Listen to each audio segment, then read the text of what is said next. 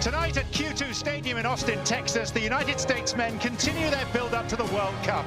Over the past 10 days, they've put Morocco to the sword in impressive fashion, showing glimpses of the qualities they'll need in Qatar. And they followed that up by toughing out a goalless draw with a streetwise Uruguay. Come the autumn, they'll be facing some of the world's greats. This evening, though, it's Grenada, as the US open their defence of the Nations League title won in thrilling style last year. As things stand, this will be the final game on home soil before the big event. So for those on the fringes, it's an audition. And for Jesus Ferreira, it's another chance to show that he could be the answer to the problem that keeps Greg Berhalter up at night, the lack of a reliable goal-scoring striker. US Soccer on ESPN is presented by Volkswagen.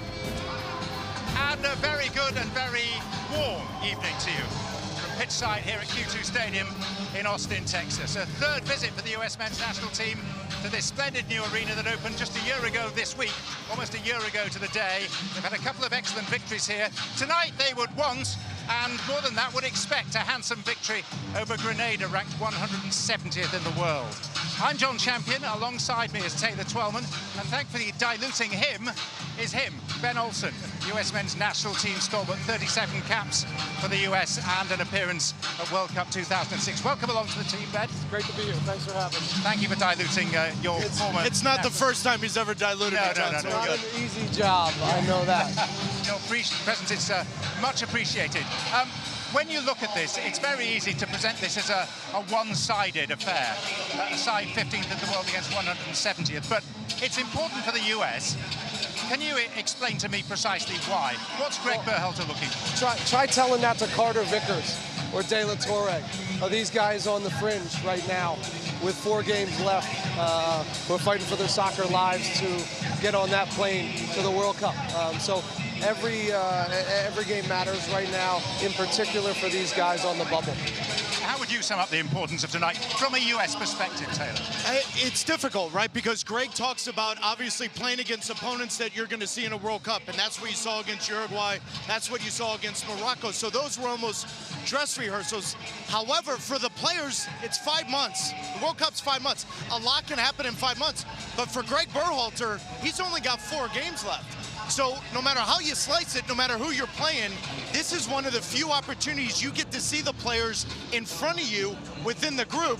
So for some of these fringe players that Ben's talking about, this is a massive opportunity no matter who's on the other side of the field. Yeah, I wonder, Ben, does it bring back a few memories for you? I mean, that run in towards World Cup 2006? Yeah, this is exactly the type of game that I was involved in. I didn't get a lot of time, but when I did, I tried to make the best of it. You had to train hard if you were a bubble player. By the way, Ben forgot he scored this goal, by the way. We had to remind him that he scored this goal. And I think there's another one where I paid off Donovan Ricketts from Jamaica to let this next one in. Yeah, right here. So I had a little help from some friends, and I had a good relationship with the coach as well. But what was going on in your mind during this time, though? Because you were on the fringe. I was with you. Yeah. Were you thinking your life was on the line, even in the Jamaica game, even in that Guatemala game? It was an extremely intense time, because it was intense in training sessions. The games, you thought every play mattered. And then you'd go back to your club team, and you knew you had to stay at that level, and that everybody was watching. Because don't underestimate the club level and the eyes that you have to stay at to be a part of this team. And the other part to that, though, John, is that Ben knew and the whole group knew you had 3 games in the pre-World Cup. You don't have that now, and so that's why the game tonight, and you look at the lineup tonight, there's some key introductions where you're like, they're playing for their World Cup introduction. Absolutely, 8 changes to this lineup compared to the side that played against Uruguay just 4 nights ago. Carter Vickers starting competitively for the first time. Yeah, Cameron Carter-Vickers coming off a new contract as Celtic just bought him from Tottenham. This is a little bit of an interesting wrinkle from Greg Berhalter. Not playing with a single pivot in Tyler Adams, more of a double pivot with De La Torre and Acosta, and then the front through Jesus Ferreira, Morris, and Areola. All 3 very dynamic, all 3 complementary of each other, but all 3 wanting to impress Greg Berhalter with a performance tonight. Well, it's funny how things happen in live television. While we were looking at Greg Berhalter's lineup, who should turn up but Greg Berhalter. Greg, thank you for joining us. A couple of questions as you get your microphone, so we're all fully installed here. I think many people were expecting maybe that if Ethan Horvath and Haji Wright were going to get a chance in this window, it would have been tonight.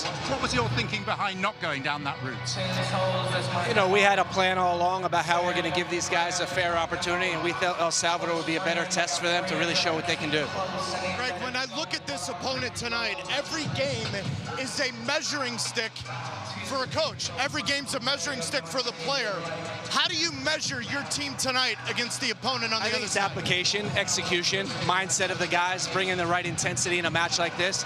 We talked a lot about what we want to do in this tournament. We want to defend our title. We want to be the second team to win as well, and it starts tonight. Let me ask you one question. In camp now, are you doing film on the World Cup opponents with this group? Not yet. Not yet. Not yet. We're focused on these guys. We actually showed them clips of Grenada. We'll focus tomorrow, start on El Salvador. And, you know, again, we're taking this seriously. We want to win this game tonight. I wonder, does the World Cup actually feel close to you, Greg, or not? It's 164 days away. You know, when we're in this competition, that's what we're focused on. We live in the moment. We stay in the presence. And, you know, it's about tonight for us. Great. Good luck tonight. I love it. Thank Great you, guys. shoes. I love your shoes. Thank you, guys. Thanks, buddy. Good luck. Go get him, bud. Greg Berhalter, coach of the US men's national team. Interesting that he says his focus is very much on this competition, but I mean, without doubting his truthfulness, there must be a bit of his mind thinking, well, how are we going to set up against Wales? No, absolutely you are. And also you're looking at it and looking at a player like Jesus Ferreira that you're looking at saying he needs to bag in 2 goals tonight against this type of opponent where he's had opportunities to score goals. Scoring goals has been a real issue for this team. In the last 13 games, they've had 1 non-penalty kick goal from a number 9, and it was Jesus. And yet when you look at the way he's played, he's had opportunities to score goals, and yet he hasn't been in the right spot, in the right place. He's been at the door of putting the ball in the back of the net, and that these are goals that are hitting the back of the net for FC Dallas. But Ben, when you look at Jesus Ferreira in these moments, you have to think if he scores 2 goals tonight, it does wonders for his confidence with this team. Look, we talked about it before. I think there is a big reason why he's in the lineup today and not Haji Wright, because they want him to get some goals and get some people like you off his back.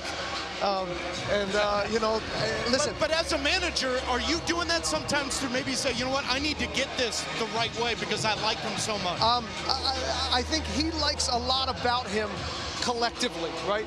In and out of possession. He really agrees with what he's doing on the field. So if now he can score goals, which he's proven he can do in MLS, that's the best package for him, I believe. And this is a good chance to get him some confidence. Because, John, to that point, what if Haji Wright scores 2 goals tonight and he started them?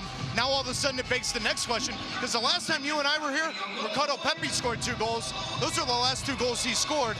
I think he's trying to get Jesus to be his number 9. Can I be devil's advocate, though? What about if Ferreira has a stinker tonight? I think then the loud calls from people like myself saying the number 9 is the biggest worry going into the World Cup become that much more louder, because this is the type of game, as a center forward, you look at it and say, I absolutely have to score if I want to be on that plane to Qatar. I mean, the one thing I would say about him from my observations is he seems to have enormous self-belief for a very young player.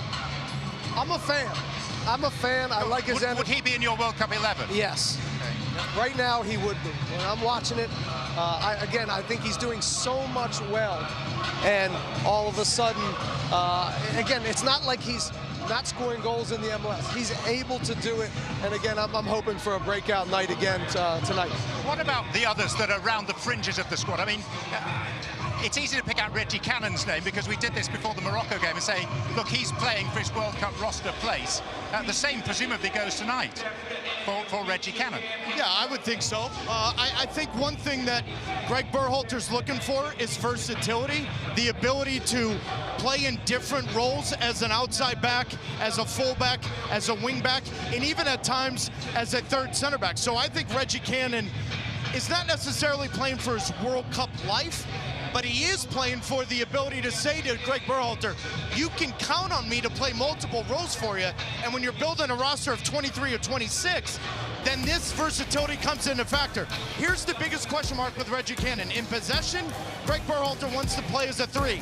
But outside of possession, in their defensive posture, he wants to be a 4. Against Morocco, there were a few moments where he was too slow to recognize those moments in defensive transition. He was too slow to recognize that. I think some of that is the communication with Zimmerman next to him, but some of that is Reggie Cannon understanding.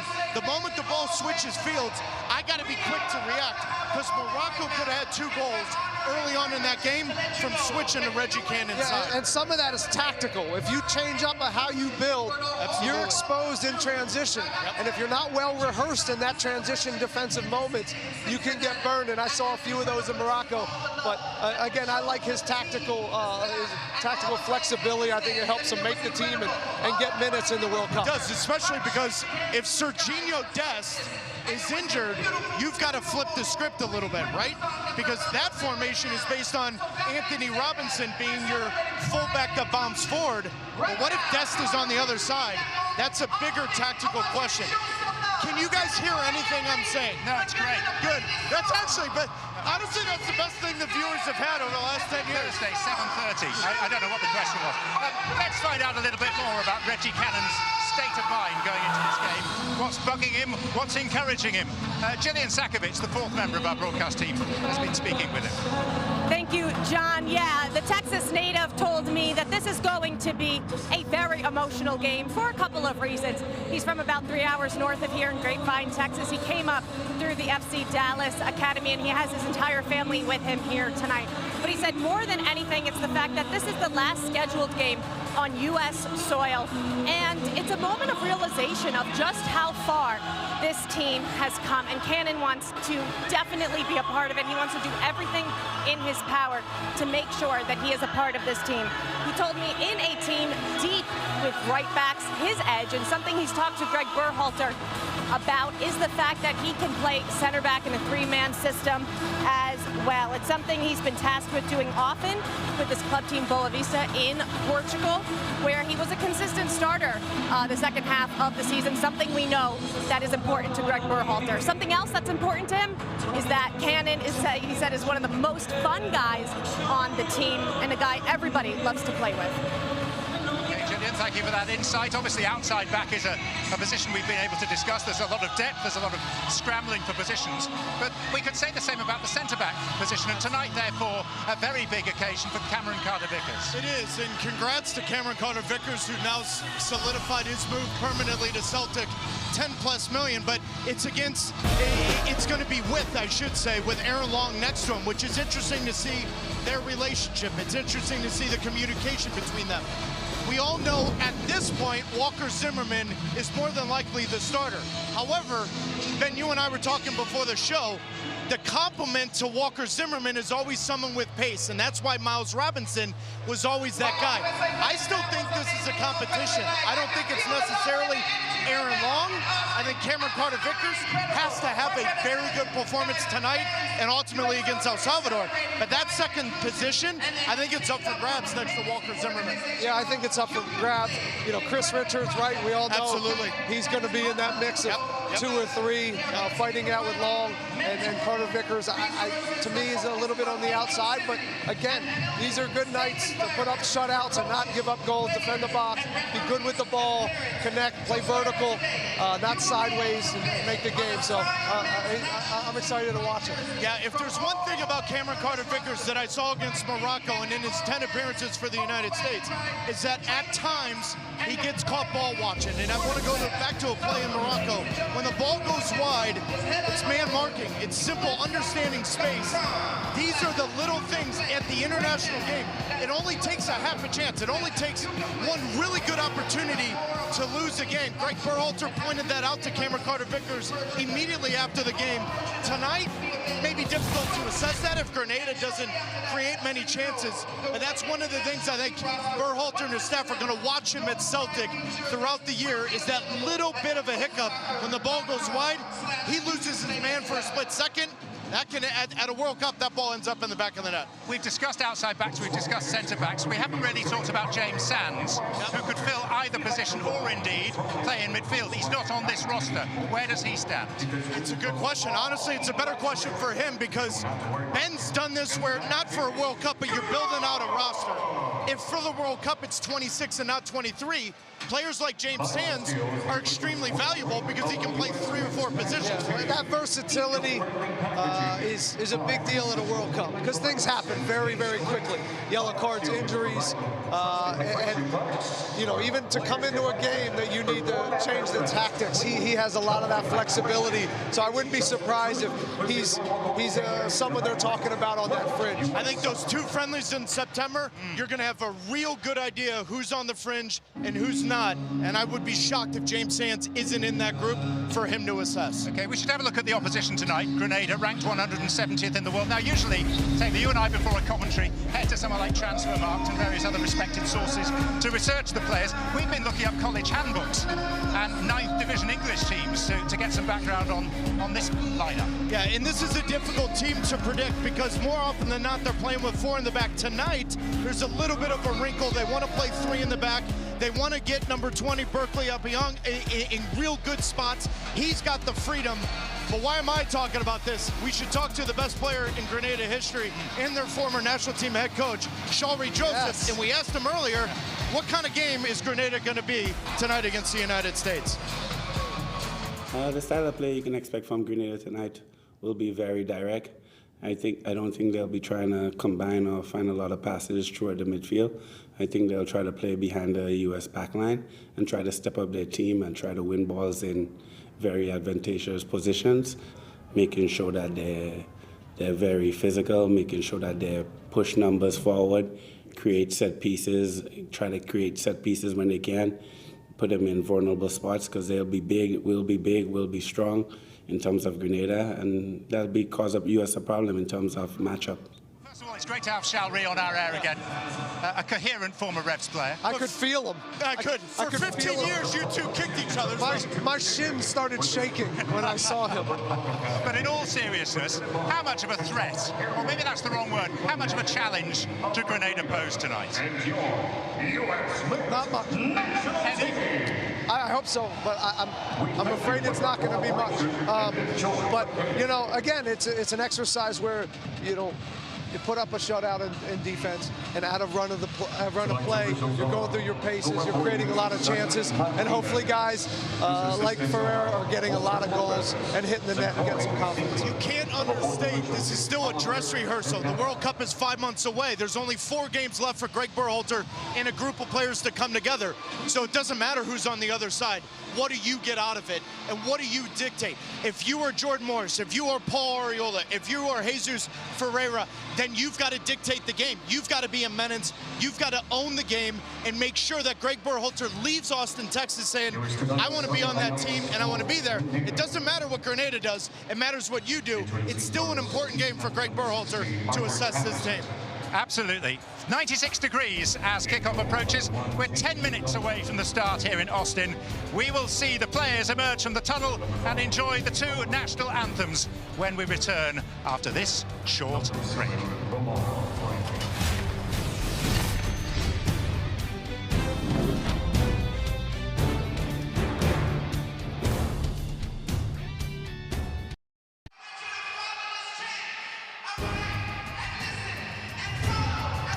ESPN's coverage of US soccer is presented by Volkswagen. Tonight we're in Austin for the Nations League game between the United States and Grenada. Embryonic stages of League A, Group D, to give it its full title, which also involves El Salvador. A couple of games between El Salvador and Grenada. Grenada chiseled out a 2-2 draw at home against El Salvador 3 nights ago. It was a year ago this coming week that the Q2 Stadium first opened for business. Tonight, the US men playing here for the 3rd time. They enjoyed a Gold Cup semi-final victory over Qatar last July, and then in October, Ricardo Pepi scored both goals in a 2-0 World Cup qualifying win over Jamaica. Pepi sitting this window out, hoping that he'll return, but for a number of those on the team sheet tonight, this is crunch time.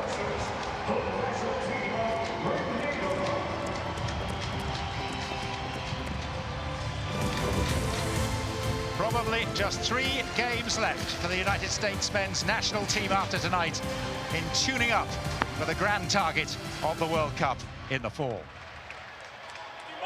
And our fans, please rise to play ball for the playing of the national anthem of Grenada.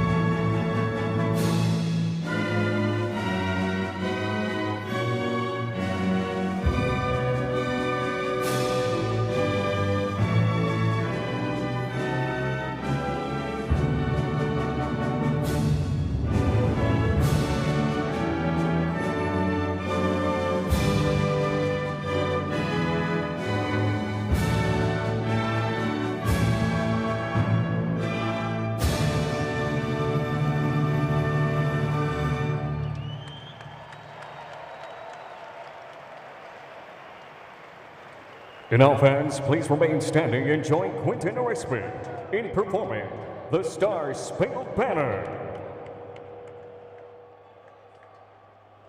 Oh, say, can you see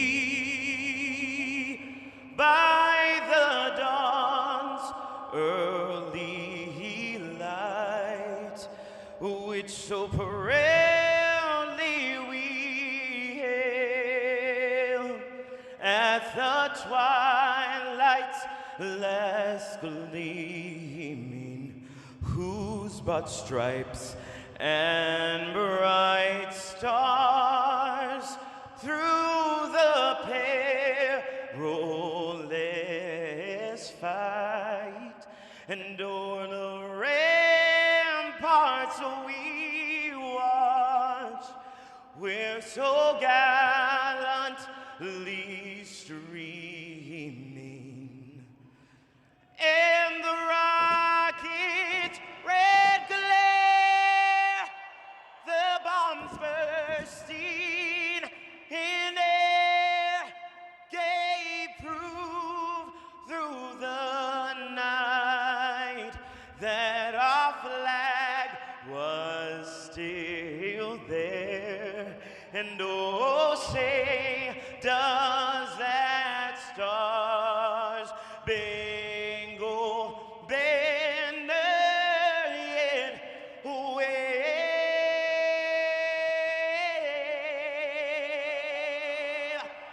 And o'er the land and of the free and the hope of the brave.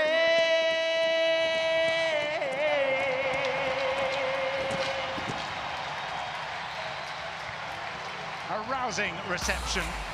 U.S. fans! Quentin Arispe's rendition of the US national anthem.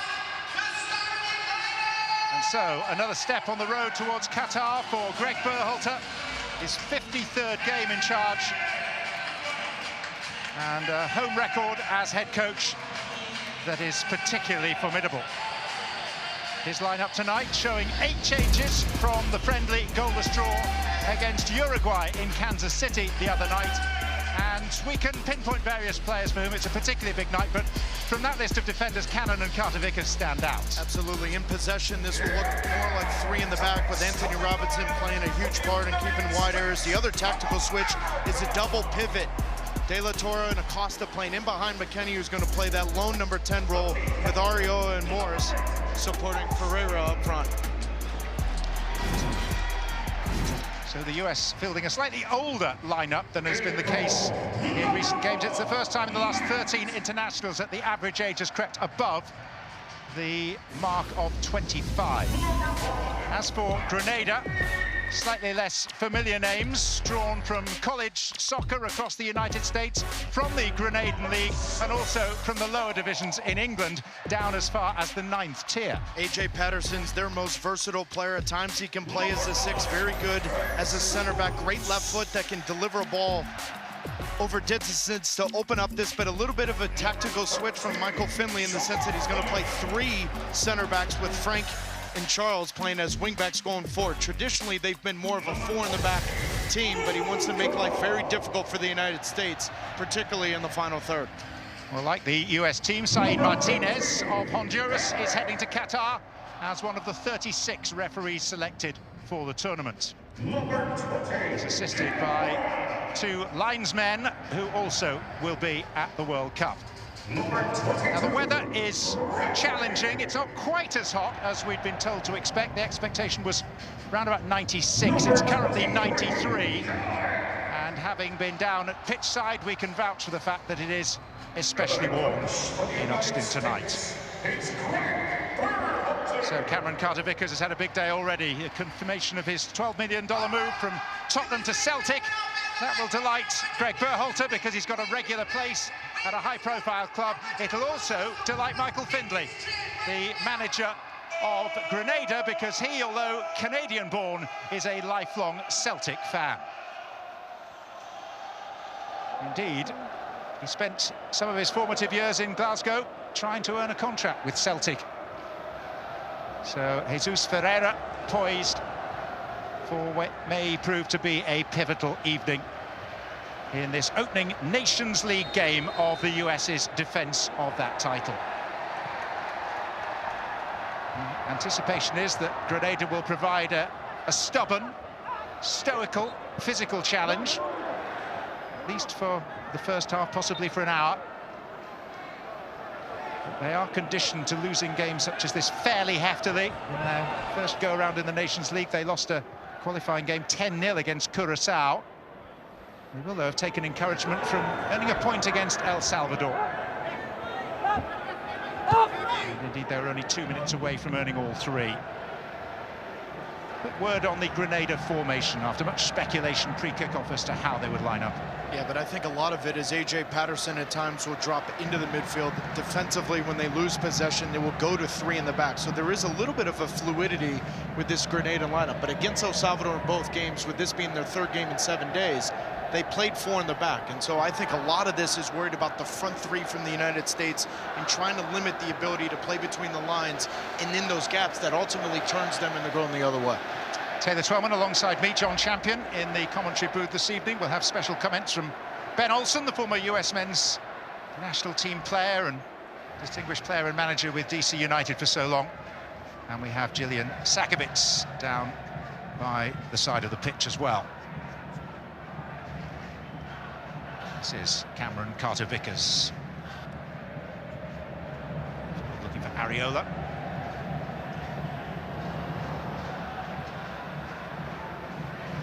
Patterson's clearance.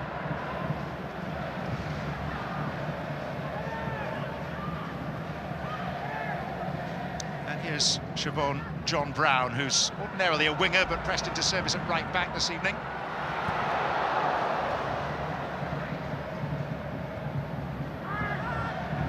Easiest of build-ups. Travel plans were delayed. They had to spend more time than anticipated in Miami on the way here.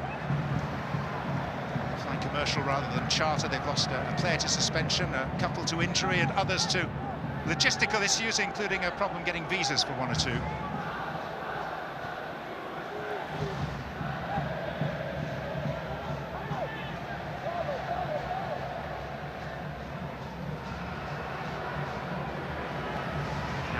Patterson in central defence for Grenada,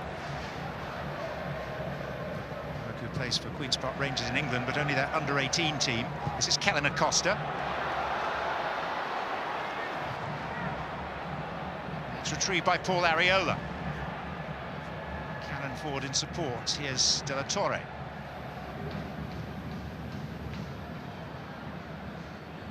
Acosta. Aaron Long.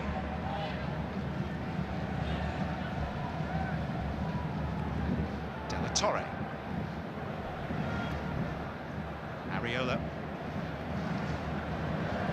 De La Torre working it neatly to Areola. Four waiting. One of them is Morris. Well, one of those things I'm watching tonight is both wingers, Morris and Areola, are very good in open space, very good when there's space ahead of the game. But against Grenada tonight, at times, there's going to be a low block. So can they be dynamic enough with their movement off the ball, quick 1-2 touch passing, but then running off the ball and getting in behind, something both Areola and Jordan Morris need to improve at the international level. Great combination play from the United States down the right side. Grenada's goalkeeper is Jason Belfon, winning his 46th cap.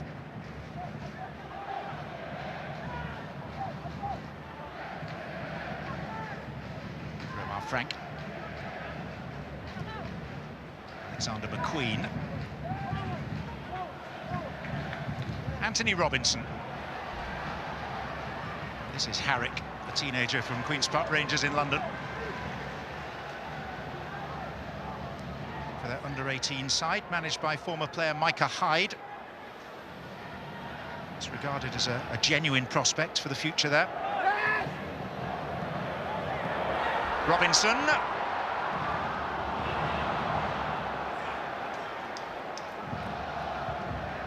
De La Torre.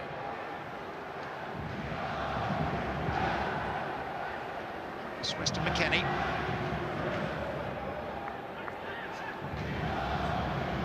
Aaron Long.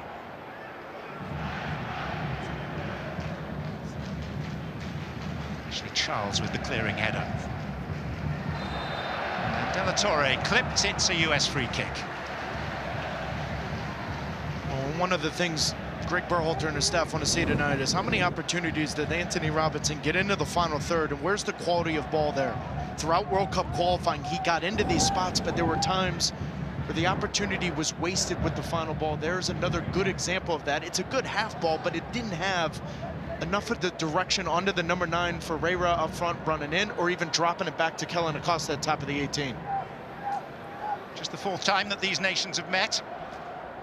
3 previous US victories. The tightest game was a World Cup qualifier back in 2004, played in monsoon-like conditions in St George's, Grenada, where the US prevailed by the odd goal in 5.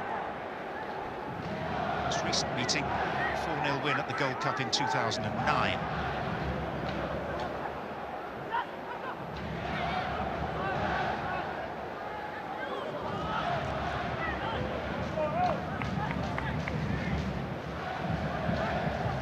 Have been delighted to reacquaint themselves with Austin FC's training facility these past 2 days. Joined using the tail end of the Gold Cup and then ahead of the World Cup qualifier against Jamaica.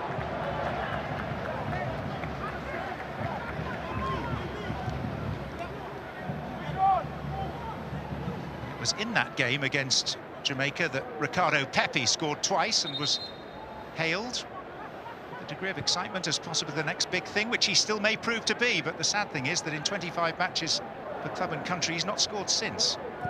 It was also that game that Walker Zimmerman was reintroduced to the group, and he made the center back position his from that point forward. De La Torre.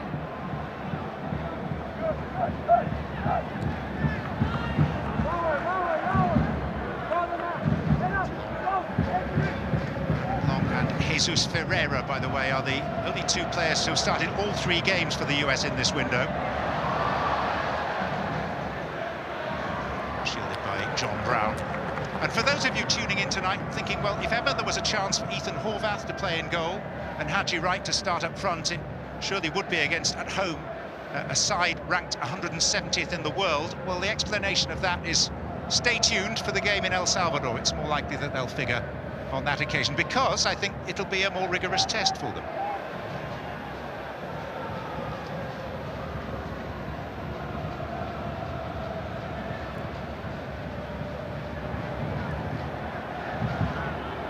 Carter Vickers. Stage on Noel Williams.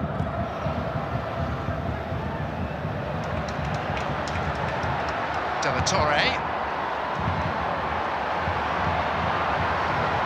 It's a run that has much promise about it, and nearly had a finish to it too. Berkeley Adjupong.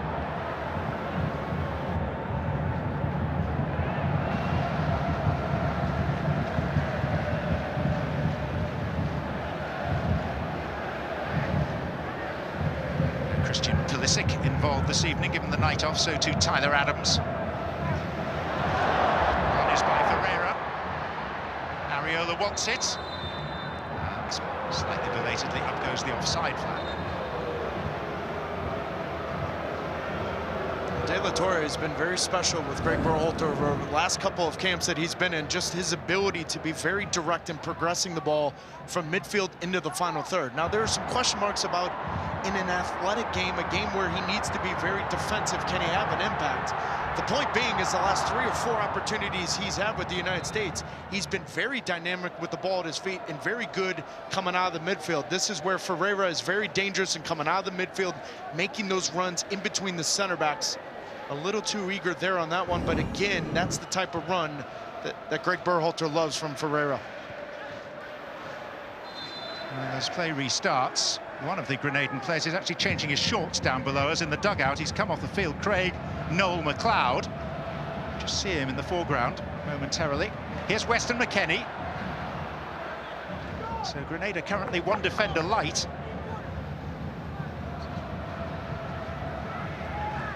And now Michael Findlay is pleading with the officials to allow his player back on, but it will be at their time of choosing. Anthony Robinson. Now Craig Noel McLeod, complete with a new pair of shorts, does trundle back on.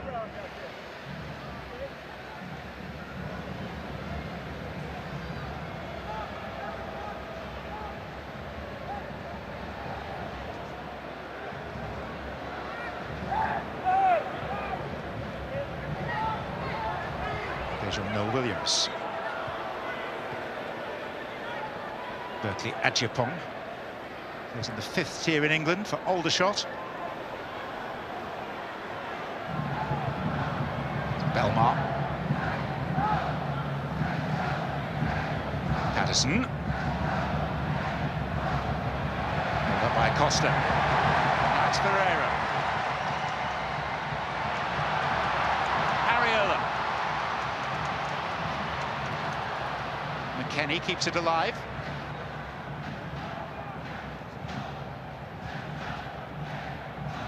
De La Torre. Areola.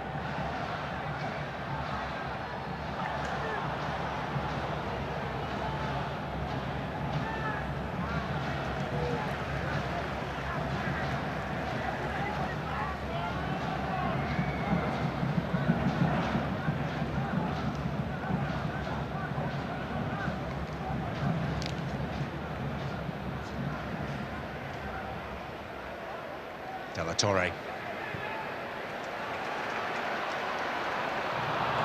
Just eludes the stretch of Reggie Cannon. Reggie Cannon, who turns 24 tomorrow. Winning his 26th cap this evening. Elsewhere in that defensive line, Greg Berhalter deploying his 20th different centre-back pairing. Carter, Vickers and Long.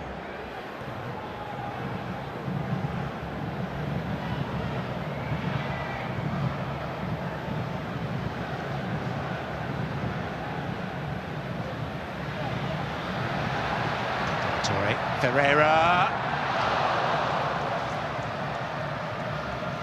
First on the scene, Acosta. McKennie. Robinson. Ferreira will challenge with Belfon, and Areola was heading towards a gaping net.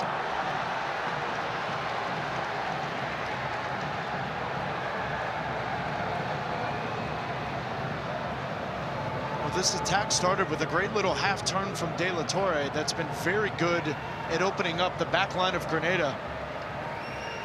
And it's allowed Ferreira up front and Areola at times to take some chances, but these are good little half turns that allowed the United States to get forward. Good switch from Weston McKennie there. But again, just goalkeeper coming off in between positions.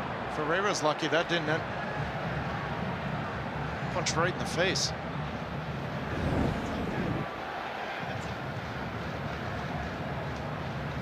This is the collision we're talking about. Jordan Morris trying to win this. Keeper coming off. That is a reckless challenge.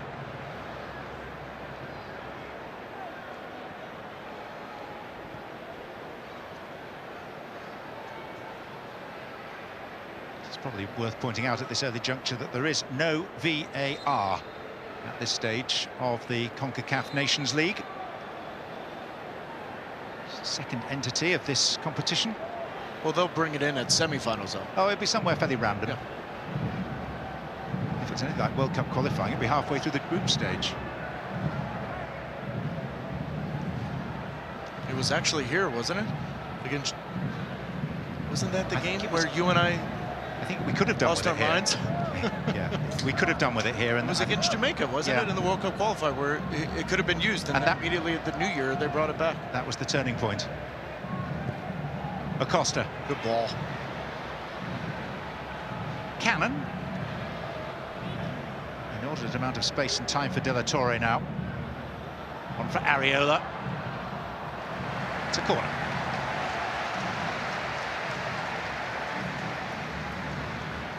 You watch De La Torre, he's just got a great sense to facilitate things, doesn't he? Whether it's the back line trying to get it forward and transition from their defensive posture into the attack, or De La Torre often in the final third being in those half of spaces where you can turn, and then the defensive midfielder from the other team's in a bad spot, and then the game opens up for the United States going forward. Acosta. Ferreira. Belfon having to take more emergency action. Whistle has actually gone for a foul. There have been some damage done to one of the Grenadan defenders. Well, one thing's for certain is Belfon's going to get a touch of something, whether it's the ball coming in or the defender or the attacking player. Good little corner work from Greg Berhalter in the United States, driving the defenders in front of the goalie, bringing it back to the top of the 18 for that second ball to Weston McKennie on the back post. But there, Belfon was a little bit more solid coming off his line versus the opportunity about 30 seconds beforehand. Yes, he's not going to come from his line and take nothing. And what he took that time was his own man, John Brown. He's going to require a rather more sustained spell of treatment, and hopefully not that stretcher.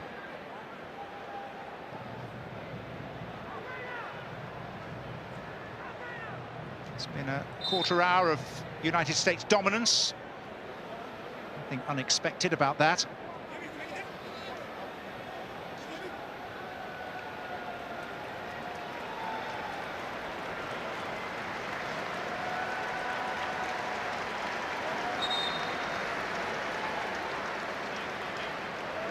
Substitutes being sent to warm up is probably the wrong term given the weather this evening, but to limber up. I wonder, Ben Olsen alongside us in the commentary booth, 16 minutes in, what are your first impressions of this US display? This is about what we thought, right? Breaking down low pressure, and you can see we're building into some patterns that are consistently working, right? The big ball over the top to the outside back. Paul's very dangerous in his movement. De La Torre seems comfortable. At times we're going through him. This is a good game for him to get a lot of touches and dictate the game. And then just final ball, right? You know, there's 2 or 3 chances where we can hit our own player in the box that it's just not coming off. We got to make it easier on some of the forwards. Is it okay, Ben, if Matt Turner just disappears for a few minutes and goes and has a coffee or something? Yeah, that's fine. It's only the second time he's touched the ball. Here's Acosta. Carter Vickers.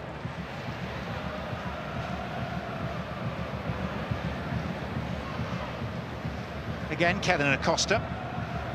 Slotting in for Tyler Adams this evening. Robinson.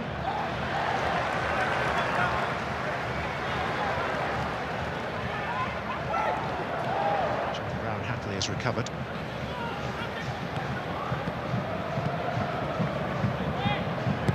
Players find their footballing trade in the United States in this Grenada lineup in the USL Championship. Charleston Battery, a couple of others in USL League 2, the 4th tier in the US. De La Torre, and Ariola was poised for that. Yeah, but you can see the nuance to Ariola's game a little bit in the sense that now he's coming inside because he's had a real good understanding with De La Torre that when De La Torre is now coming inside and facilitating, Paul Ariola can come inside. We haven't seen a ton from Jordan Morris and Anthony Robinson. We've seen a lot from Paul Ariola, allowing Reggie Cannon to get forward and Acosta to find that ball. Great ball. And it is to Cannon, and Cannon tried to square to Ariola. Pass that freedom was by Kellen Acosta. Ariola once more, and Morris. Just seems to be a question of when, not if, for the US. Yeah, but again, that patterns of play that Ben Olsen was talking about is exactly what we see from Paul Ariola coming inside. So now the fullback on that side is now caught in transition. Do I come inside with Paul Ariola? If I do, this ball from Kellen Acosta is on. Great run from Reggie Cannon, better ball from Kellen Acosta. That final ball just lacking from the United States, but the patterns of play have been there. McKennie. Jordan Morris.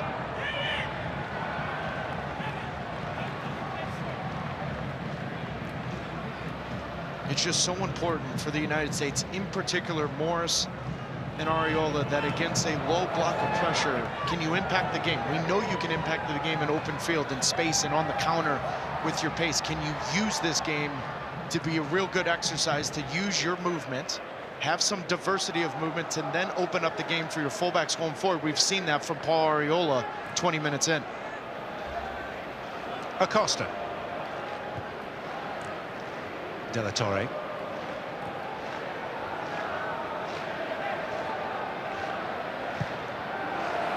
Acosta with too much on it for Reggie Cannon.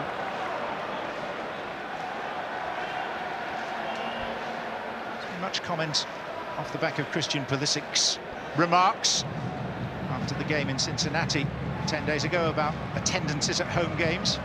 The official figure of tickets sold for this game, 19,771. That was a couple of hours ahead of kickoff, which is only fractionally below capacity at Q2.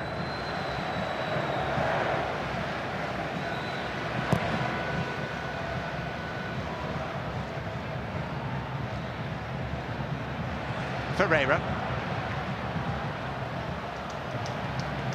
De La Torre. Ariola. Ferreira.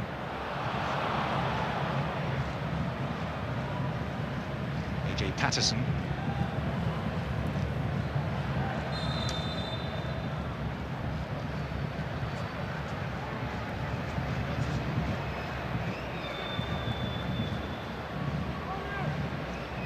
US free kick. United States relatively unacquainted with defeat. 4 losses in their last 36 games. Surely on the way to equaling an all-time national team record tonight. If they avoid defeat, it'll be 26 home matches since they were last beaten. So a friendly against Mexico at Giant Stadium, East Rutherford, New Jersey.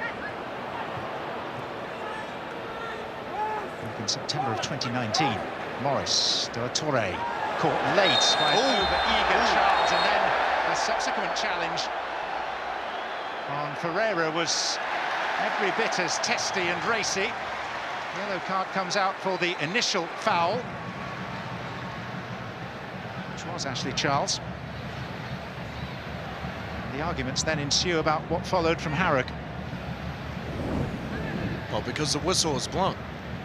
The card's given for this one, rightfully so. The whistle's already been blown, but then the challenge after this is right through the backside of Ferreira, right here.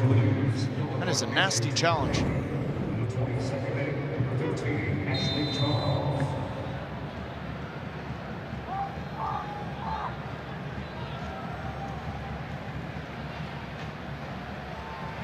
Aggressor Ashley Charles to the book as Acosta takes the free kick, and Belfont helps it on its way, and there's another nasty collision. There was also a pretty horrible landing for the goalkeeper after the collision, but the Immediate worry here is for Aaron Long.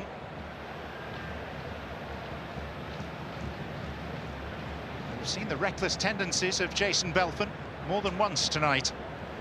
And this time the damage is more severe.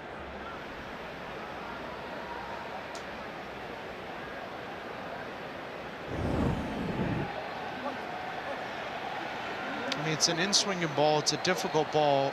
Belfon's been coming off his line for any ball in and around 6 to 8 yards. And it's the right leg just coming right through Aaron Long, and then Belfon falling on his right shoulder.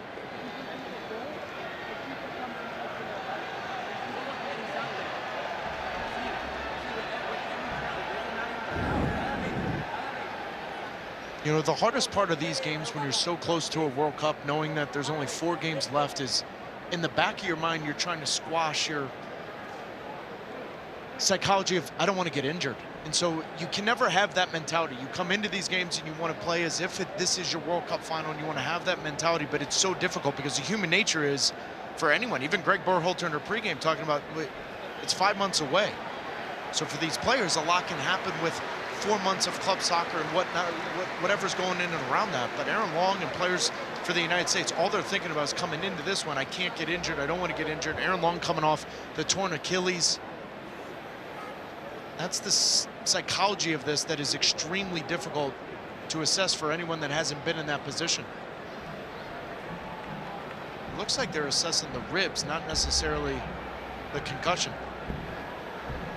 I mean, the first thing he grabbed when he went down was the sort of the breastbone, really, just below the shoulder. It's in slightly happier mood now than 2 minutes ago. What of the goalkeeper coming racing in fairly reckless fashion off his line and just taking whatever's in his path?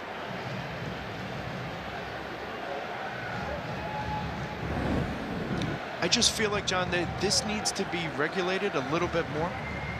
I think you would agree with me in the sense that this is the 3rd instance in a game where Belfon's come off, and again, anyone in front of him he's trying to take with the ball. And I just think at times goalkeepers are allowed that freedom to come off their line. And I feel like the recklessness of that, I think, needs to be regulated a little bit more. But that's also coming from someone whose career ended because of that. And so I may be a little bit more biased in that type of situation than some others are.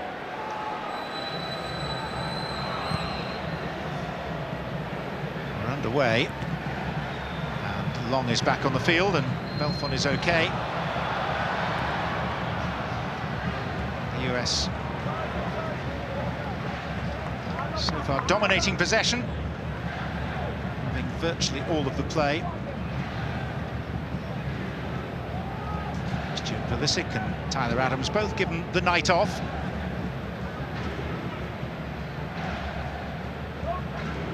The assumption that they will figure in El Salvador in the second Nations League game. Comes up on Tuesday.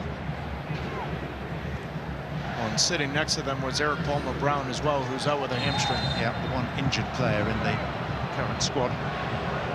Not been ruled out for that game in El Salvador. It's a minor grade hamstring issue.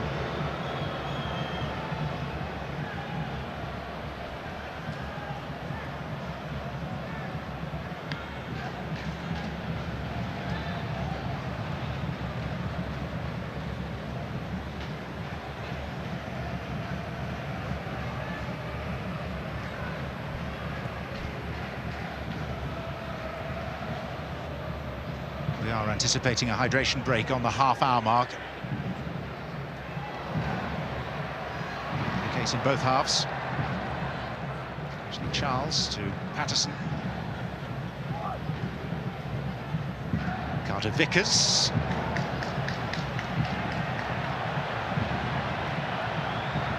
Acosta. Robinson. US yet without anything tangible to show for their superiority. Again, Kevin Acosta. Ferreira trying to shape one.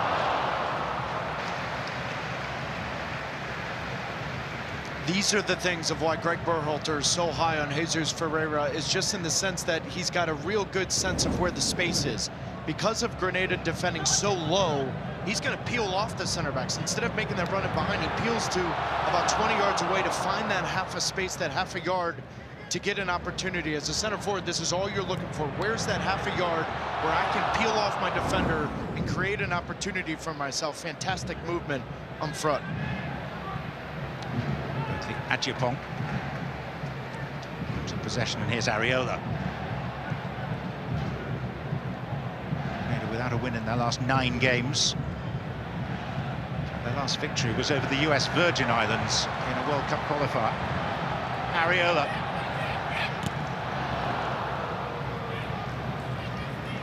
Perhaps tells you the level of side that they're used to enjoying victories against. The US Virgin Islands, Belize, French Guiana, Puerto Rico, regular victims of Grenada.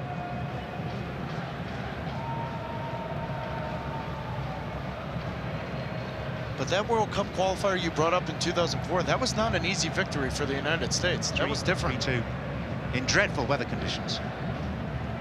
But it was at a time, as we watch Weston McKennie, and there was not enough contact to interest the referee there.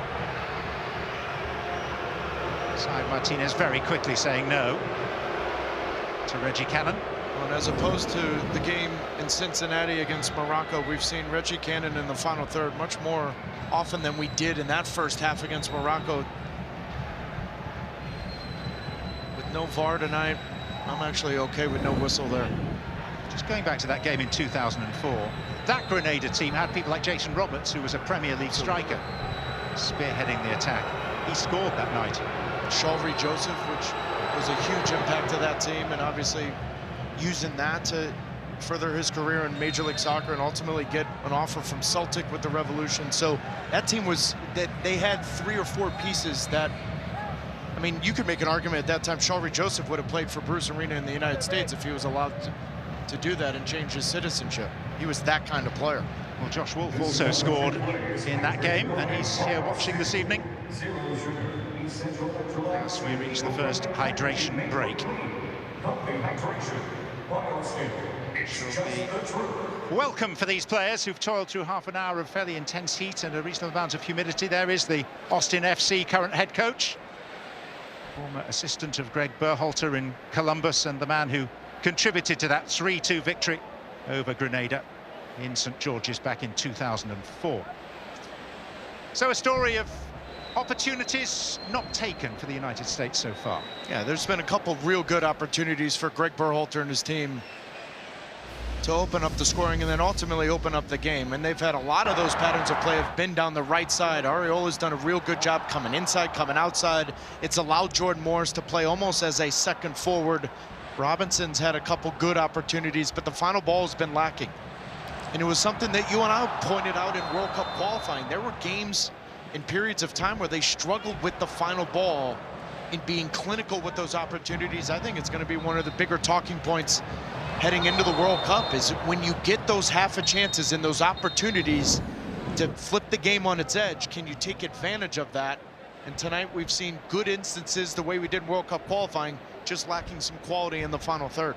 Ben, what are your thoughts at the half-hour mark? Just that, you know, like any breaking down of a low-pressure team, the tempo has to get a little bit higher. The ball has to move a little bit quicker. I think Jordan Morris and Robinson are on the same line too many times. They could do a little bit more with what's going on the right side, where now Robinson's getting end line and Jordan's a little bit more dangerous central. But, you know, again, it's someone's got to step up and make a final ball. And we got to start getting some goals here. Let's just check up as well on the fitness of Aaron Long after that nasty collision with Belfon, the goalkeeper. Gillian Sakovic has more on that. John, team personnel telling me that Aaron Long was kneed in the chest. From my point of view, it looked like he had the wind knocked out of him just a little bit, but they checked him again during that hydration break, and he assured the medical staff, I'm good.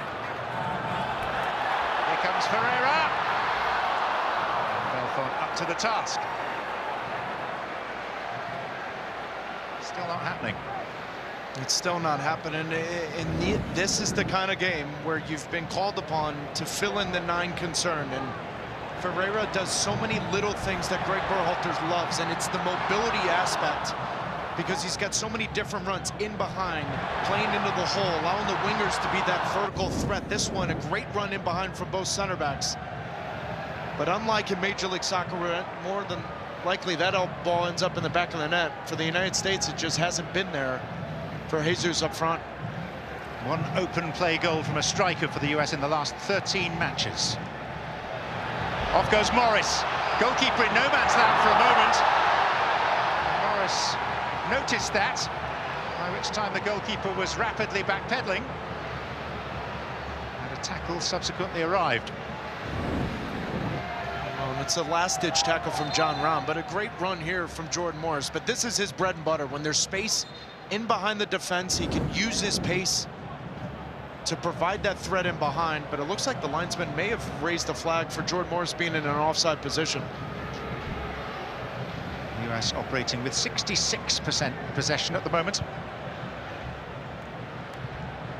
Somehow it feels like more.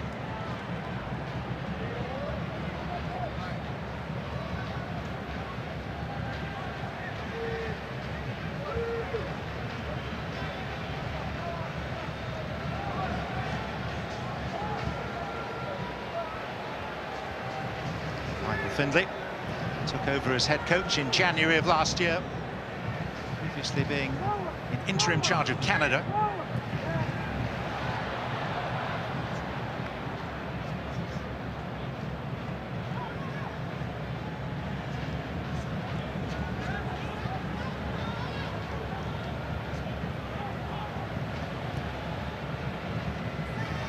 Straight out of play, which is a bonus for the US. Cannon quickly on the scene to take the throw.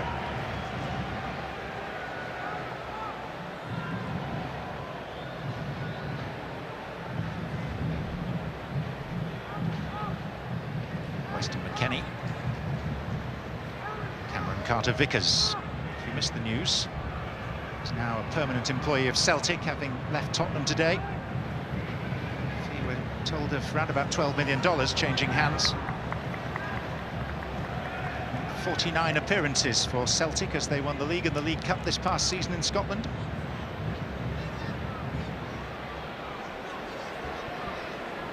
It's his first start for the US since November of 2018. A friendly in Italy.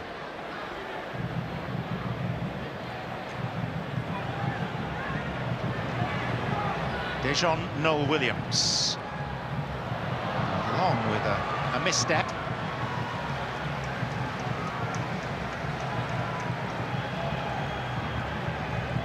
Dejon Noel Williams.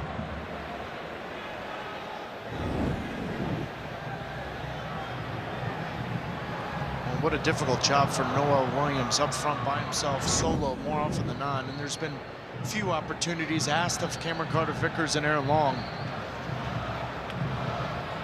That's a difficult job for a 9 where you know you're going to be defending for 80-plus minutes of this game. Can you have any impact on it? Noel Williams has had a few moments where he's held possession and got him behind and maybe whipped in a good ball here or there. A.J. Patterson. It's Belmar.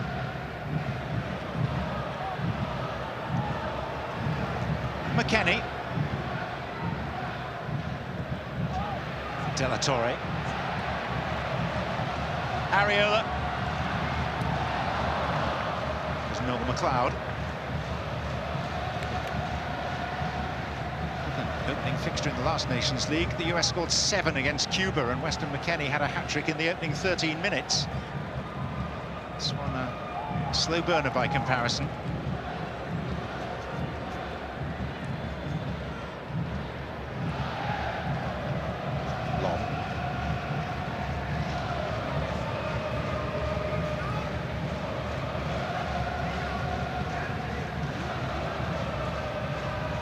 Acosta towards Areola. Bertie Adjepong.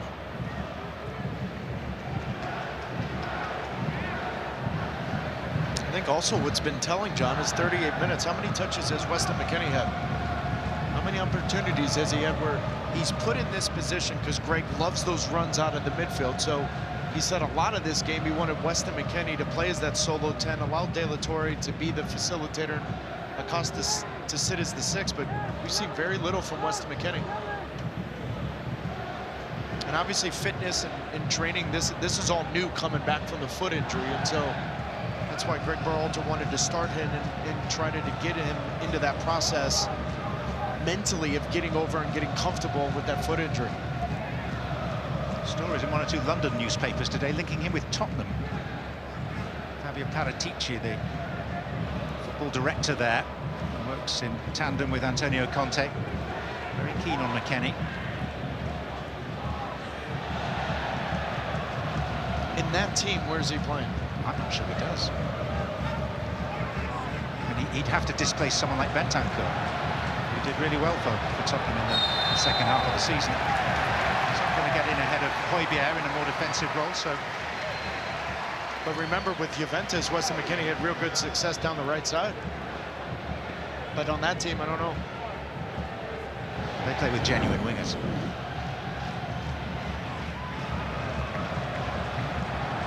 Just trying to open up the game with so many Grenada players in front of them. And I thought Ben had a good point. We've seen a little bit more combination between Ariola and De La Torre. Down the left, we've seen less between Morris and Robinson.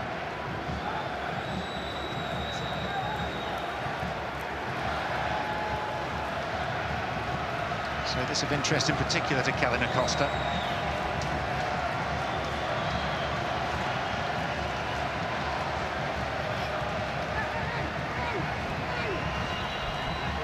So one would imagine would be towards the far end of his range, but he struck it nicely. There's a decent shape to it.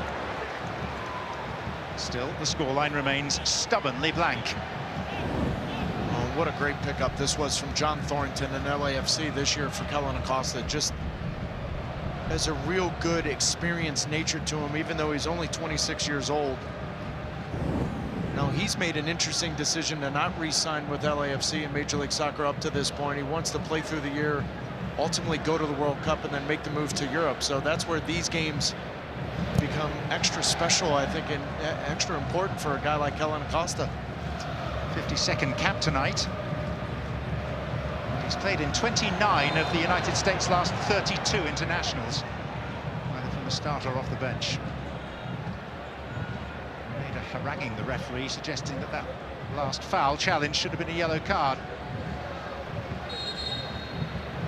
Captain Patterson leading that line of inquiry. What did you make of Greg Berhalter in the United States playing a double pivot when we've seen Tyler Adams in that role so often over the last couple of World Cup qualifiers? It almost seems like Greg Berhalter sees something that he may want to tweak, because he was real adamant about this being the tactical setup that we're going to see more likely at the World Cup. Yeah. No, it was something that came up in our meeting with the coach yesterday.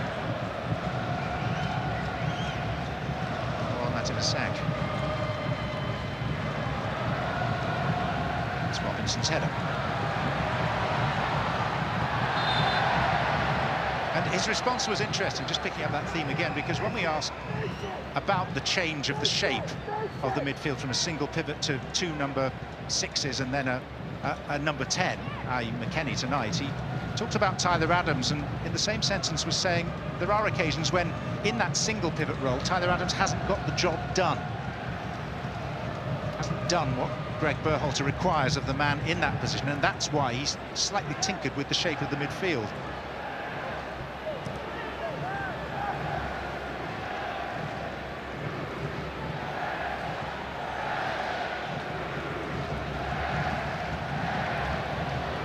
Ariola. Ferreira, is this his moment? Yes, it is. 42 minutes of frustration ebbs away as Jesus Ferreira bags his 4th international goal, and just the 2nd in open play from a US striker in the last 14 matches.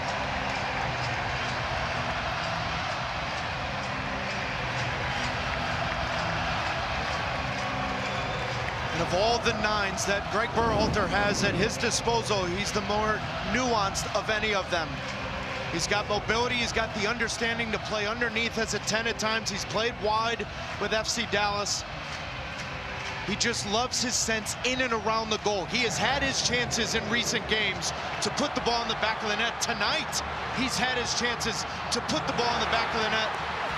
Great composure in front of the goal from Jesus Ferreira. And a fantastic finish here. These are the kinds of goals that a goal scorer loves when it's been a struggle to put the ball in the back of the net.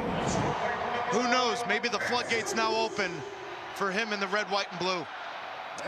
12th cap, 4th goal. And with very opportune timing tonight. This was his opportunity to be a flat track bully, to take advantage of weak opposition, to fill his boots.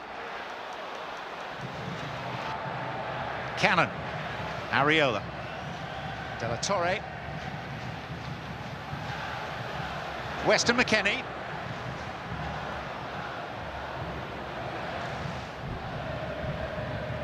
Noel Williams, seen off there by Carter Vickers.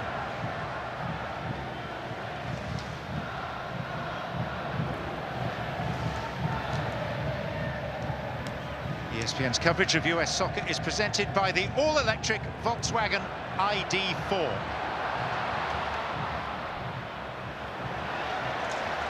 Unsteady clearance leads to a US corner.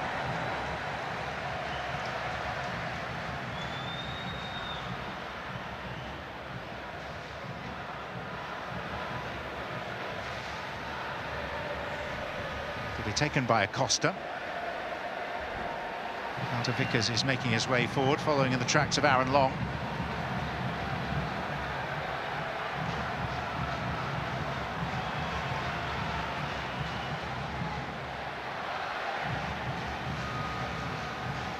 Acosta. Carter Vickers involving himself. No clean contact, though. And 5 minutes, because 3 of those were the hydration break. Then we also had the injuries to Aaron Long and the goalkeeper Belfon in particular.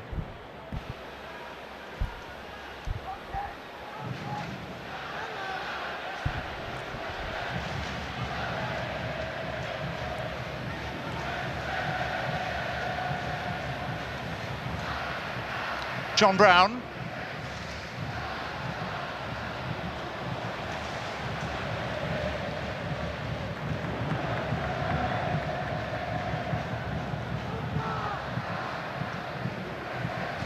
Grenada to this point showing why they are 170th in the world rankings, 20th within CONCACAF. They're actually perilously close to their worst ever ranking, which was 176th. In 2007.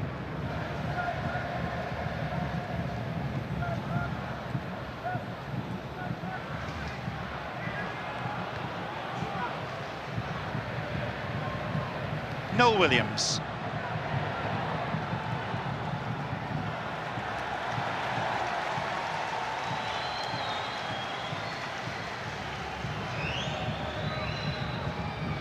I want to see more De La Torre. I just do. And for the natural reasons of his composure on the ball, the ability to facilitate possession, facilitate attacks, get forward. But there's just, when you play with a guy like that, where you know in any circumstance you could play a ball into his feet and he's keeping possession for you, there's an extra level of confidence you have. And even tonight, he's had some good reactions in defensive transition moments. That is the concern for Greg Berhalter and the staff. And yeah, against no matter who the opponent is, he has shown up tonight in some right moments. He's had himself, I would argue, as the best first half of any of the U.S. players, because anything going forward has come off of De La Torre with the ball at his feet and trying to create something against that low block of Grenada. John Brown. And even trouble, Matt Turner. Well, Luca De La Torre's got some decisions to make. He has announced that he will be leaving his Dutch club. Heracles, after relegation, he had an agreement with them that he could. So it'll be interesting to see his next stop. Coming up at half-time, Ben Olsen rejoins us up in the booth to look back at the first half, and we'll Take a deeper inspection of that US midfield conundrum and who might man that area of the pitch come Qatar in November.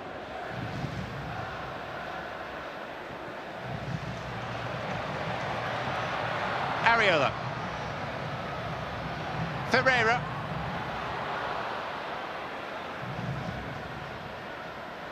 De La Torre. Acosta. Ferreira. No great challenge on him, and Jordan Morris steaming in off the left flank.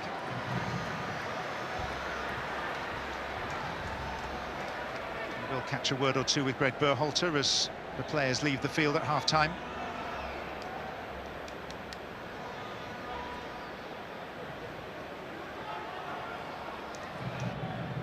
Long.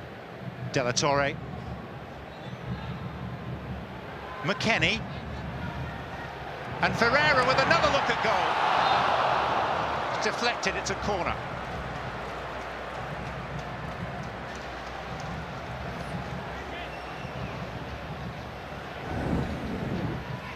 Just good movement.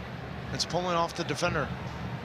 Most number 9s, you're trying to get on the end of crosses. Now you want to pull off. There's diversity to the thought of Ferreira in the sense that he's like, no, I'm gonna pull off my defender, try to get my defender away.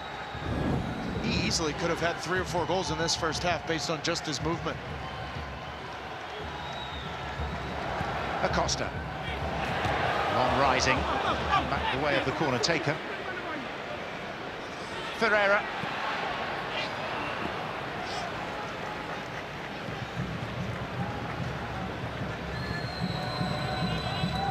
Do the US get a satisfactory mark from you or not, Taylor, for this first half? It's difficult because I think the tempo hasn't been there where it could have been a notch or two higher, particularly because the World Cup's 5 months away and you want to have a little bit more of the urgency. Now, there's been a couple interesting tackles and collisions with the goalie that has maybe shaken the United States a little bit, but all in all, they easily could have had 3 goals in the first half. So yeah, but the question still is, can they consistently score goals when they create chances? And the question after the first half is, not so sure. They may have been a little bit more clinical on their better day.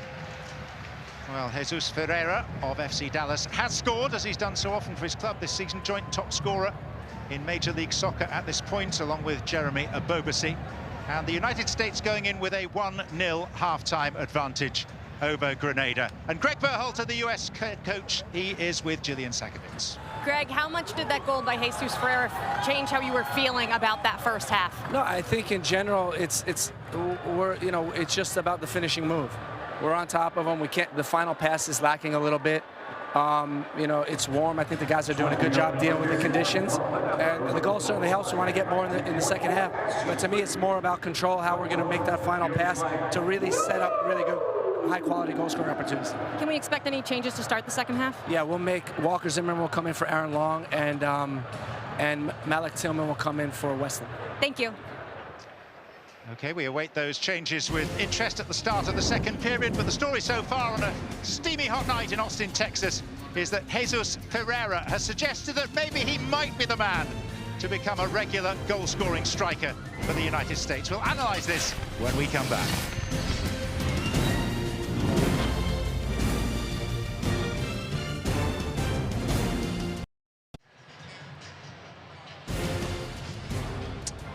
US fans relatively satisfied at half-time at Q2 Stadium in Austin, Texas.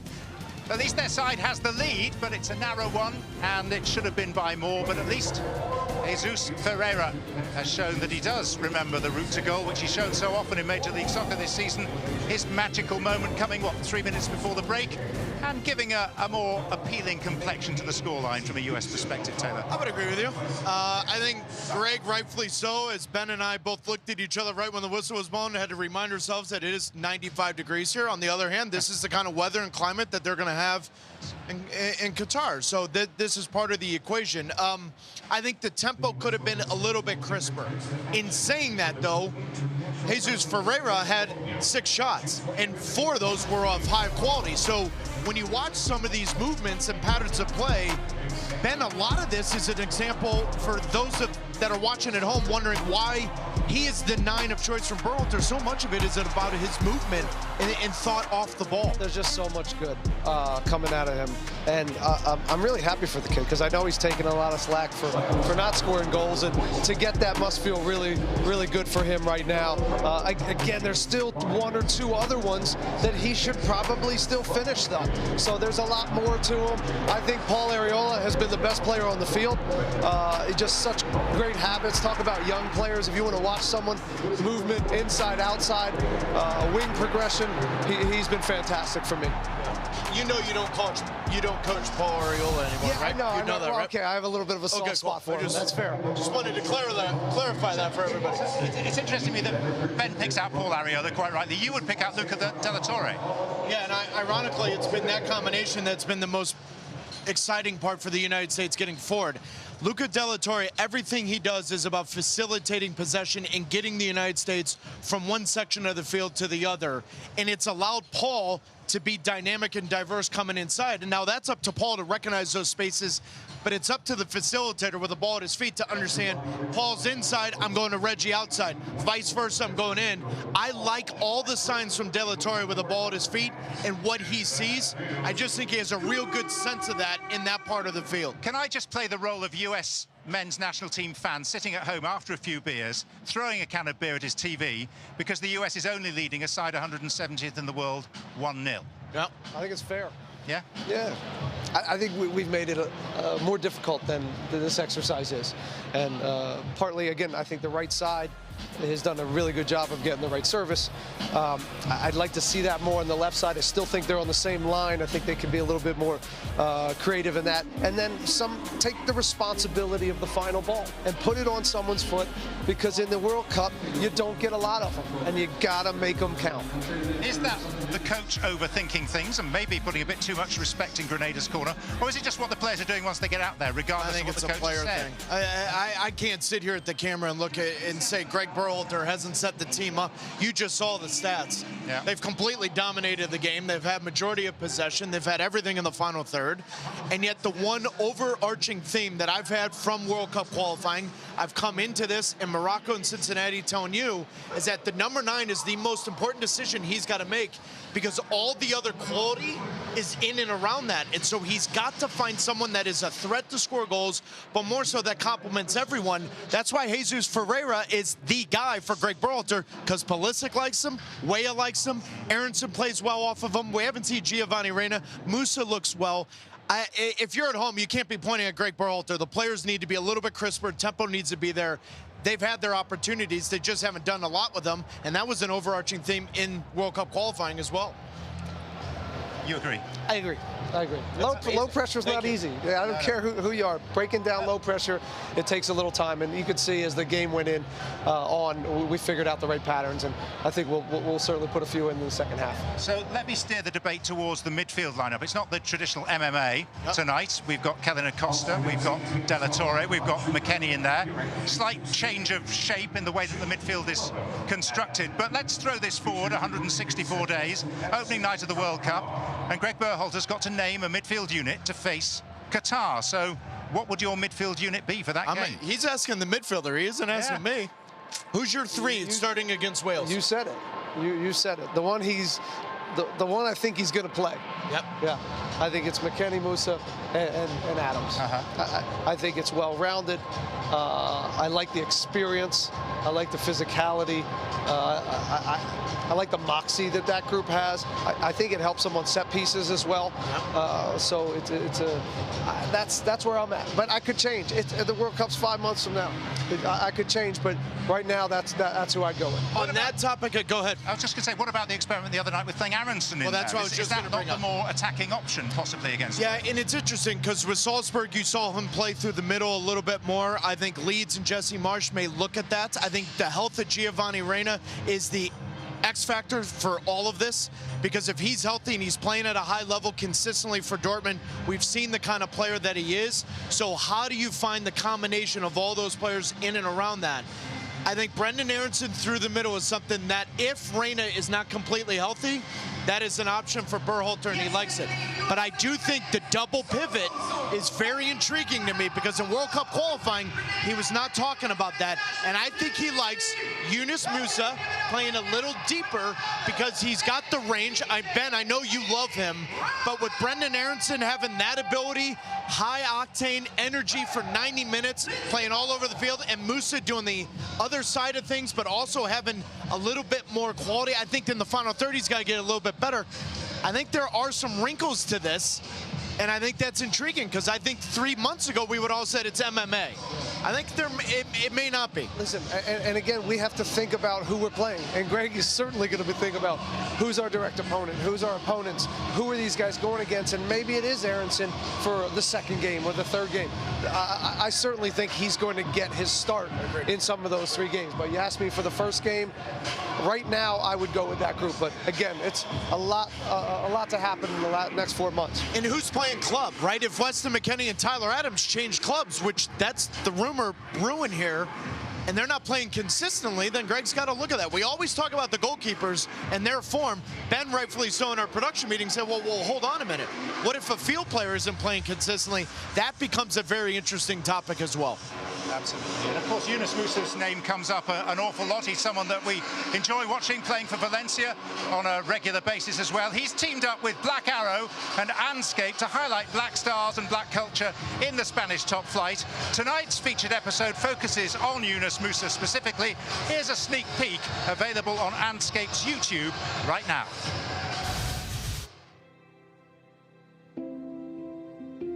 I'd like to be one of the best players in the world. I represent my club at the biggest stage.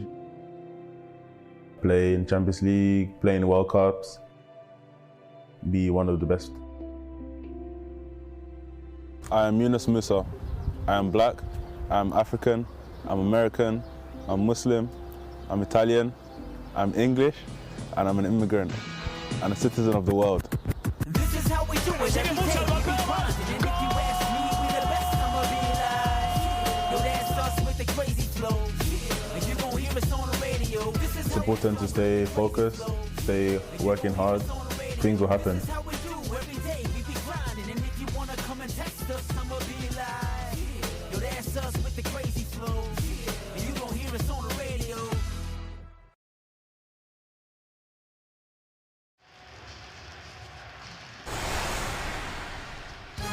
ESPN's coverage of US soccer is presented by Volkswagen. And here in Austin, the United States, as they count down towards their appearance at the World Cup finals in Qatar in November and hopefully December as well, leading lowly Grenada by 1-0. 2 changes to report by Greg Berhalter. Malik Tillman, the 20-year-old who made his debut off the bench against Morocco last week. He is on in place of Weston McKennie, and Walker Zimmerman replaces Aaron Long. So it'll be Zimmerman and Carter Vickers in central defence for the second half for the United States, for whom Jesus Ferreira, their goal scorer, gets the second half underway. Immediate touch of the ball for Walker Zimmerman, who has wrested the captain's armband from Weston McKennie, who began the evening by skippering the United States for the 3rd time. Reggie Cannon seeking out Paul Areola, and Areola in towards Morris, and cleared hurriedly by Harrock.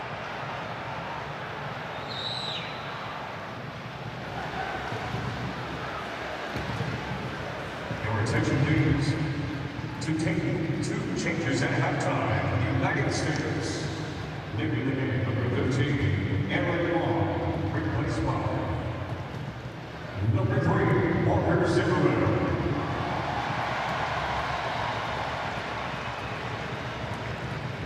Carter Vickers. Substitution for the United States. Number 8, Weston McKennie. Replaced by number 17, Malik Tillman.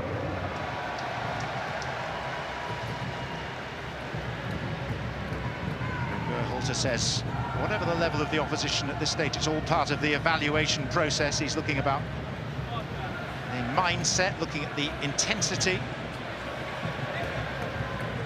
did say to us yesterday he still feels that the World Cup is kind of distant. It's actually just over 5 months, 164 days away.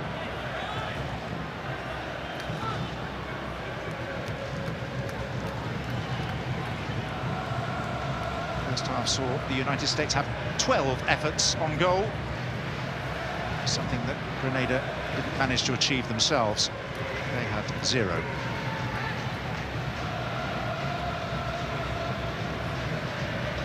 It's a set piece that they might be able to exploit. Matt Turner, a spectator so far, but Alexander McQueen is going to swing this in. McQueen actually scored an excellent goal against El Salvador in Grenada's opening game in this competition. Off goes Areola. Robinson. Areola picks himself up off the floor. Has support from Malik Tillman, and now from De La Torre. And the header by Ferreira should have made it 2. Absolutely, 100%. But how about that complete play from Luca De La Torre? In his own defensive third, getting them out of that pressure to then deliver this ball into Areola. Now the United States is going the other way. Now you've got numbers in open space. You've got players running in and around. Areola was tripped inadvertently there, but continuing with the play. But then it's this delivering combination between Tillman and De La Torre. Jesus Ferreira has to put this ball in the back of the net. Those are the kinds of finishes, if you're leading Major League Soccer in goals scored, have to hit the back of the net. And he's had 2 or 3 of those tonight.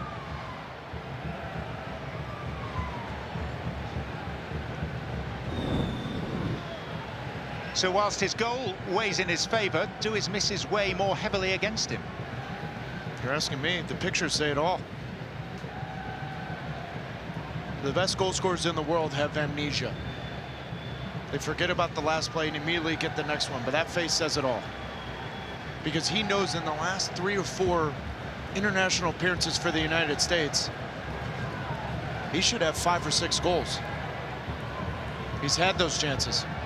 And what's odd too is because you've seen similar type of chances for FC Dallas, and it's almost has been instinctual for him. He's not thinking about it, but when the World Cup's around the corner and you're trying to impress the manager and tell him that this number 9 position is mine, there's a little bit extra pressure on him, and that's why you've seen some of those chances just be a half a yard off. But that one, that's a sitter, that's on top of your head, that has to be headed down on goal and have the goalkeeper pick it out from the back of the net. And I suppose if the pressure of trying to nail down your place in the World Cup is going to get to you, as Ferreira tries to wriggle his way through again, the actual pressure of playing at a World Cup is 5-10 times that. Given the worldwide scrutiny and the career-defining nature of participating in a World Cup. There's a first substitution by Grenada here. Central defender Craig Noel-McLeod off injured, and he's replaced by the 34-year-old left-back primarily, Tyrone Sterling. Sterling, who's played for a host of non-league clubs in England, currently with Dulwich Hamlet, who are in the National League, the 5th tier.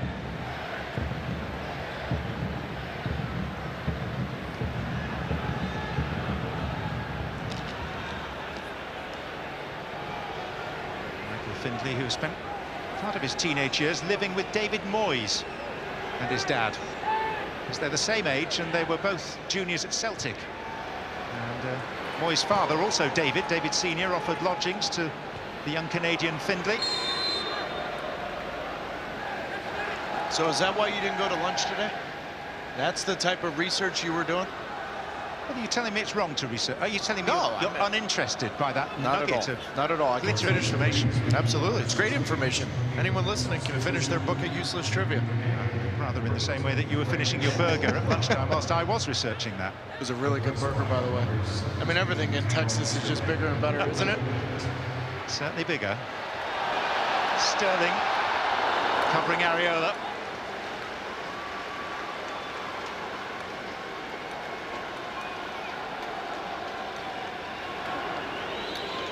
Malik Tillman. Luca De La Torre. De La Torre off again, causing consternation. Appeals from the fans behind the goal for a possible handball there, less so from the players. Kellen Acosta. Zimmerman.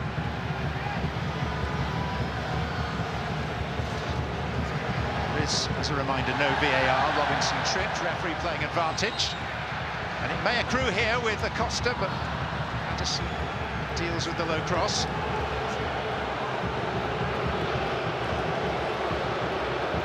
It's behind the goal, still up in arms about the lack of award of a penalty kick for a possible handball. What a turn this was again. Spinning his defender inside out, but then trying to just flick it to the back part of it. And that's difficult because with the new handball laws and the ball playing off the defender into the defender, I'm not sure even with VAR that's being given. That's fair. Zimmerman. Acosta.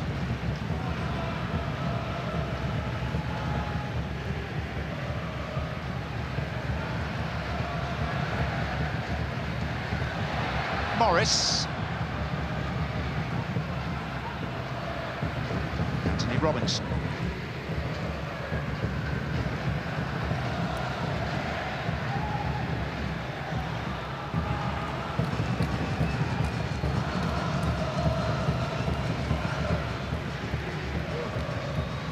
Paul Arriola. Sliding it through. Another chance for Pereira. This one he takes.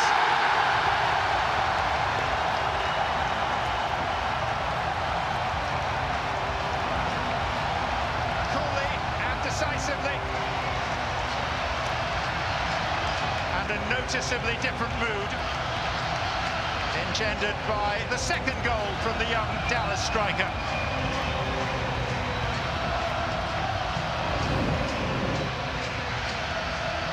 The balance has just been so clean from the United States.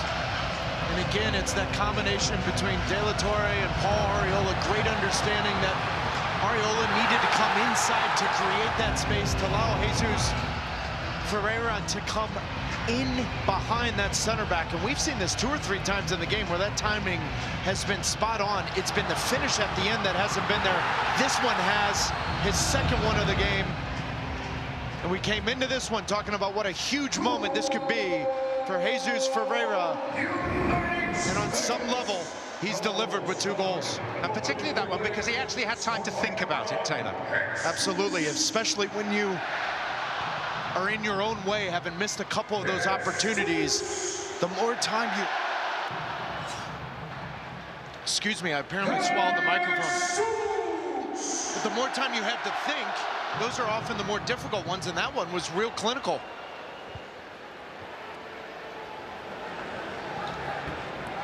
Maybe he is developing the required selective amnesia. Malik Tillman. And Tillman, with an effort that takes a hefty deflection, it'll be a US corner. He's an interesting prospect, isn't he? Just turned 20. But Tillman just looks like he's completely comfortable in the moment. It's only his second appearance for the United States. He's a real bright prospect for Bayern Munich, but there's just a composure to him. He came into that game against Morocco, immediately took on defenders as if this was his 15th or 16th cap. But that was in a wide position. This is more of his natural position, playing through the middle as an 8. Herrera! Hat-trick!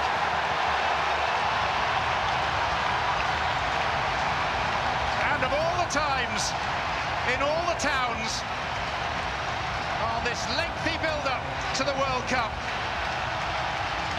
it's the best possible occasion for Jesus Ferreira to deposit his international calling card.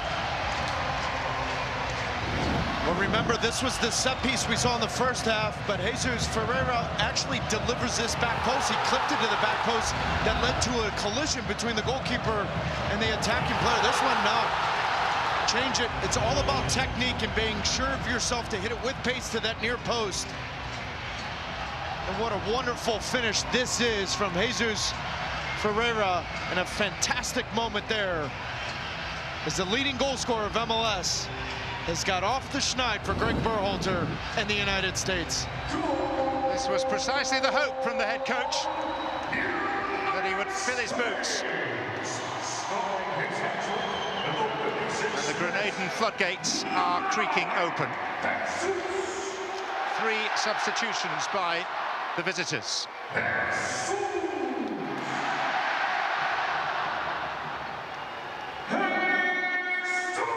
Berkeley Adjepong is coming off and is replaced by a defensive midfielder, Quasim Theodore, who plays in the 9th division in England with Dunstable Town, a team 30 miles north of London. And Dejon Noel Williams also making way at this point. And Jamal Charles, who is the leading active goal scorer with 15 for Grenada, comes on.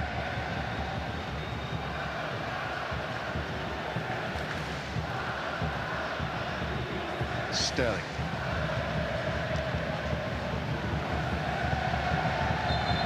Like 3 subs. I think it ended up being 2 there by Grenada. 5 permitted in the context of the CONCACAF Nations League, it being a competitive fixture. That's the description, if not tonight, the actual reality. De La Torre. Kellen Acosta. Ferreira.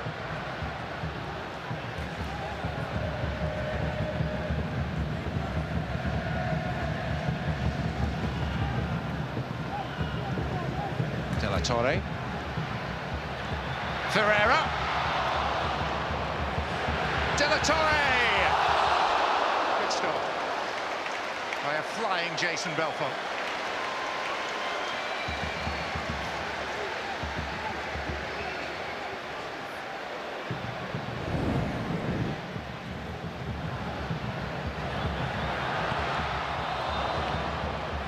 Good spots at all times, isn't he? And listen, De La Torre understands that there's no real threat from Grenada going forward, so he can take a few more risks and get in those spaces looking for 50-50 balls and being in the right spot at the right time. But he's had himself a real good showing here in Austin, Texas tonight. Double substitution by the United States ahead of this corner. Anthony Robinson makes way for George Bello. And Christian Roldan gets some game time as well. Those were the 2 who had yet to see the field amongst the outfield contingent in this summer camp. Bello recently relegated with his club, Arminia Bielefeld. Christian Roldan, of course, a mainstay of the Seattle Sounders. The CONCACAF Champions League win. It's Jordan Morris who's coming off. It's a straight Seattle swap.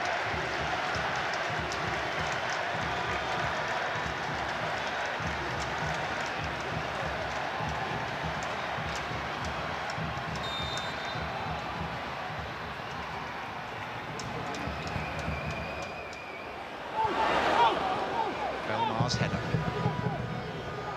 De La Torre.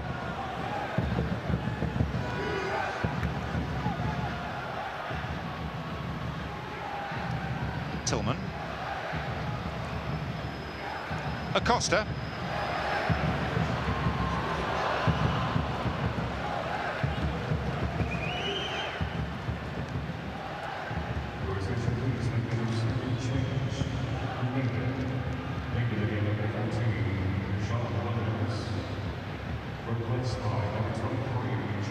Two-thirds distance in this opening game of the defence of the United States Nations League title. A landmark night now for Jesus Ferreira, with a repetition actually of what Weston McKennie achieved in the opening Nations League game of the last campaign against Cuba. He, albeit either side of half-time, has achieved a 13-minute hat-trick.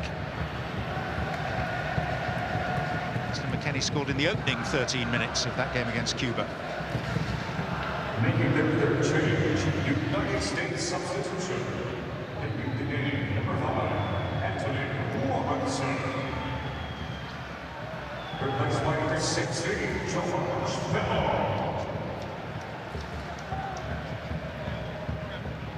And number 42, United States. De La Torre.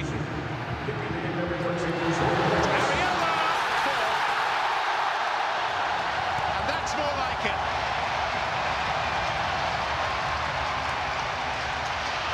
That is football with a bit of a swagger against dispirited opponents. But the United States now clear in making their superiority tell. But also being played at a tempo that sets the tone. So much space through the midfield. He'll allow Acosta and De La Torre just to play in and around the defenders. And Ariola has had himself a real honest showing today. He's been very dynamic with his movement. The Jordan Moore's coming off. Ariola moves to the left, Roldan on the right. But Ariola's just got a contagious energy to him that spreads throughout the team, and that is what Greg Berhalter loves of what he brings. He's got a little versatility in the sense that even with DC United and Ben Olsen at the helm, he played at wingback in certain spots in certain games, but he brings an energy to the team that then spreads, and everyone else, it's very contagious. Good finish there. Meanwhile, Jamal Charles for Grenada. Held up by Zimmerman, but only temporarily.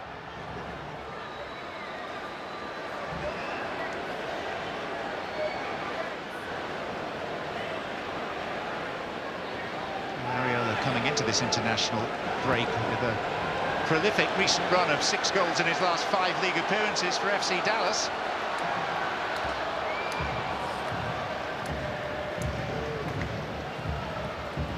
Ashley Charles.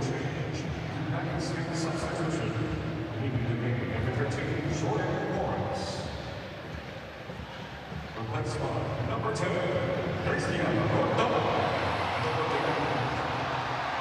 The dress announcer finally catching up with the substitutions. Tillman.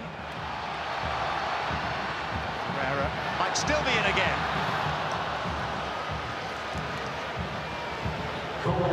number 10, Jesus Ferreira. He's had 1 career hat-trick in Major League Soccer and 1 in the USL. Now 1 in international competition. The first US player to score a hat-trick since Christian Pulisic against Panama in March. Hat-trick in 13 minutes. Tillman. De La Torre. George Bello.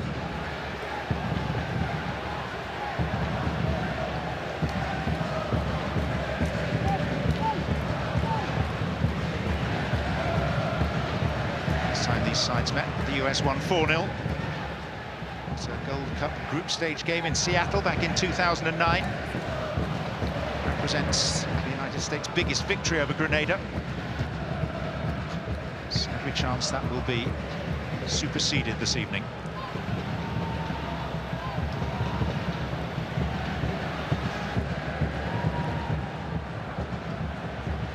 Ariola. Bello. Ferreira looked offside.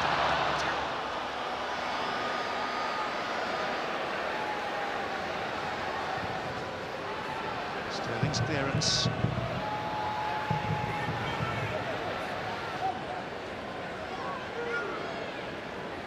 Grenada held firm tonight, or managed to hold the US at bay until the 43rd minute.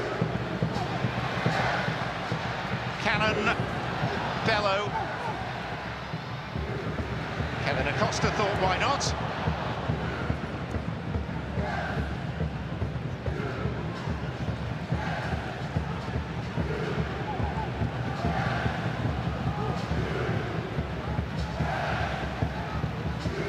Acosta. Ariola. De La Torre. Roldan.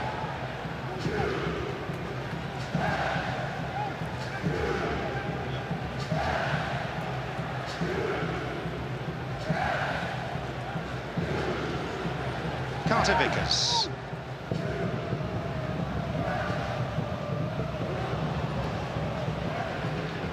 Carter Vickers. la Torre.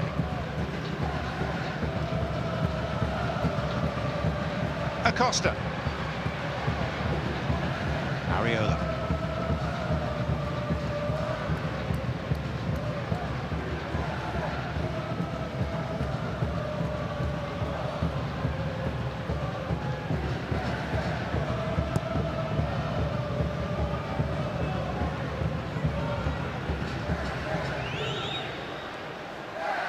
De la Torre just can't get enough of the ball.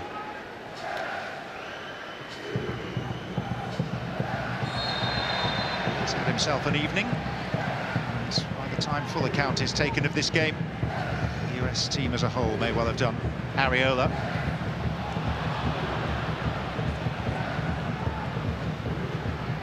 ESPN's coverage of US soccer is presented by the all-electric Volkswagen ID.4.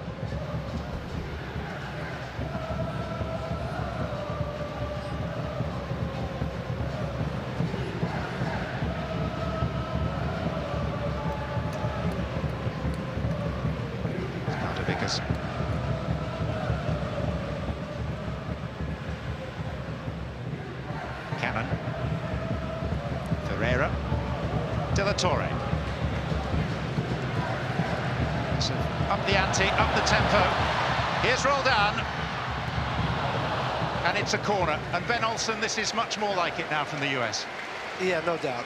We started off with just better spacing, better ideas. The final product is continuing to get better. But we got to be honest here as well.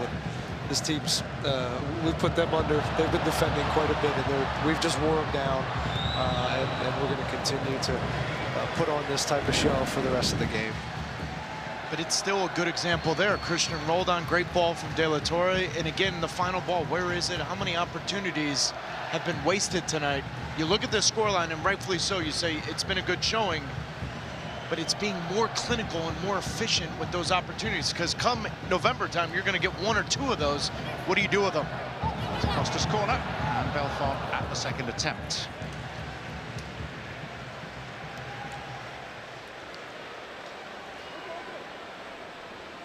But this is great for the number 9, I'll tell you what.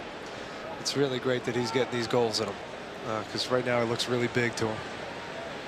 And Ben, you and I talked about that in the pregame. I just wonder if Greg looked at it and said he's done so much of the little things well for us, but he hasn't gotten the goals. Instead of playing Haji right here, I played my 9, Jesus Ferreira, and say to him, listen, this is your opportunity. You bag 3 or 4 goals. And it almost solidifies, well, no, this is why he's in the lineup, doesn't it, as a manager, or no? It solidifies it, but yeah, it's good coaching. To me, it's just good coaching. It's what you do. If you believe in a guy and he's doing a lot of stuff, and you believe that he can jump into this game and score a few goals, and now the goal is bigger for him going forward, that's why he's down there. And I'm sitting up here talking to you. I'm sorry about that. We're very glad to have, I in particular am very glad to have you, Ben. Thank you. I'm sure he is. Right. It's the first time Ben's put on a suit in the last 15 years. Brendan Aronson is getting a late run out. And quite the acclaim, deservedly so, for Luca De La Torre.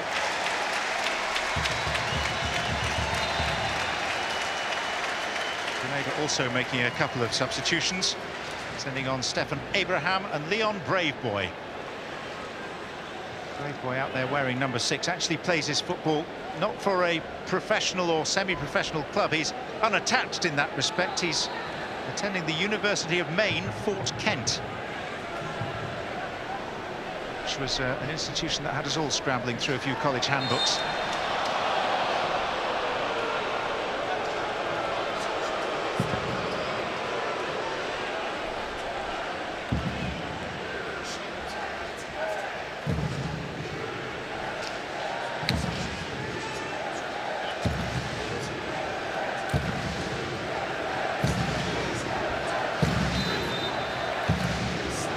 Rarest of things, an opportunity for Grenada.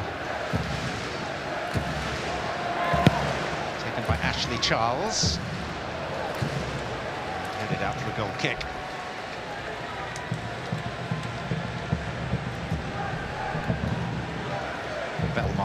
the end of it. It's a familiar sinking feeling for Grenada, who were actually promoted from League B of the Nations League by winning their group in the first edition of the competition. Unbeaten against French Guiana, Belize, St. Kitts and Nevis.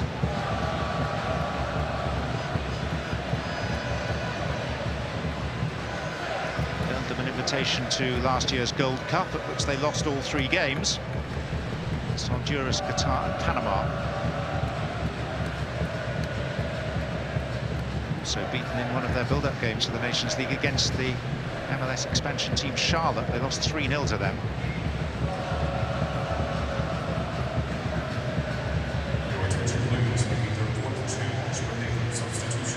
Zimmerman caught out by Jamal Charles.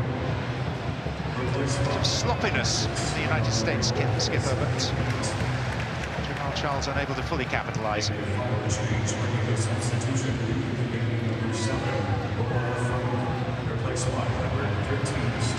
Harrens. Diagonal run by Areola. Aronson. Well, he'd spotted that far corner, and he really fancied it.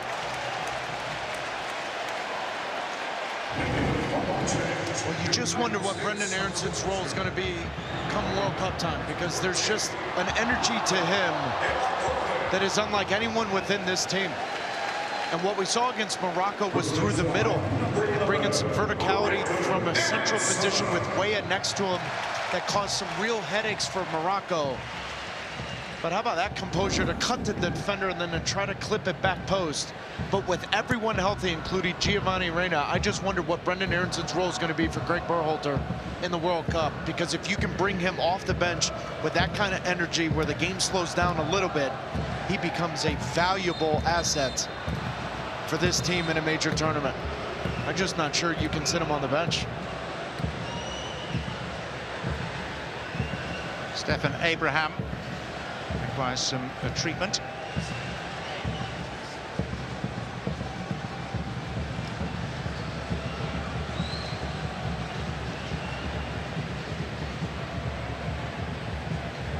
There is an argument here for actually having the hydration break, because we're only a minute away from that. So the referee, I think, now concurs, and Said Martinez is signalling. Say, right, this is now the official hydration break. So the United States leading Grenada by 4 goals to 0. A hat-trick from Jesus Ferreira. 4th goal scored by Paul Areola. 4 goals in 19 minutes. A hat-trick in 13 minutes for the Dallas striker. So a bit of an indication that maybe there is a US striker with a penchant for scoring goals that can hit the World Cup running. But let's look at the other end of the pitch, because Matt Turner, well, he'll win a cap tonight, but he's not got his gloves dirty. No, but it still doesn't change the fact that it's a huge conversation. Now, obviously, those watching the game and that may have missed what I said during Morocco, this is Matt Turner's job to lose. Even though Zach Steffen has the history with Greg Berhalter, what Matt Turner has done, 12 clean sheets in his 17 caps coming into tonight. But the bigger conversation is what's going to happen over the next 5 months. Because when you look at the club situations for Ethan Horvath, Matt Turner, Zach Steffen, club games are going to be a real issue with Matt Turner now making the move. And when you look at what 2022 has been, only Sean Johnson has been the constant at the club level. Now, Samba is saying he's not going to re-sign with Nottingham Forest, so does that become Ethan Horvath's job? We don't know. That's going to be interesting to watch. But I was doing a little research on what the 2018 World Cup was. In the 32 starting goalkeepers in the 2018 World Cup, only 3 of them had less than 20 club appearances in a calendar year heading into that World Cup. And one of those is Manuel Neuer, who is dealing with a knee injury. And so when you look at that number, that tells you form is so important and repetition is so important for the goalkeepers at the highest of levels in the World Cup. It's going to be a big talking point 5 months from now. And Greg Berhalter is saying, you know what, I'm going to play the hot hand. Back underway here in Austin. And I wonder, Ben Olsen, you've been lucky enough to have some high-class goalkeepers under your tutelage during your coaching career, but who would you be entrusting with the gloves for the opening World Cup match against Wales? I think Taylor hit it right on the head. I don't think you can make that call right now. Some of my other areas, I do think you can look into the future. That one, I think you have to see this play out over the next couple months to see who's playing. I do believe you need to be playing to step into these nets at the World Cup. I think it's sharpness, and I just don't know how you're at your best, or where you need to be at your best in the World Cup if you're not playing games. But that disqualifies possibly Steffen and possibly Turner. That's right. Here comes Tillman. Strong run from Malik Tillman. Finally met by AJ Patterson. Clearance only as far as Areola. Now it's Aronson, and it's Ferreira. Nervous little look across towards the assistant referee. No flag. 4 for Ferreira and 5 for the United States.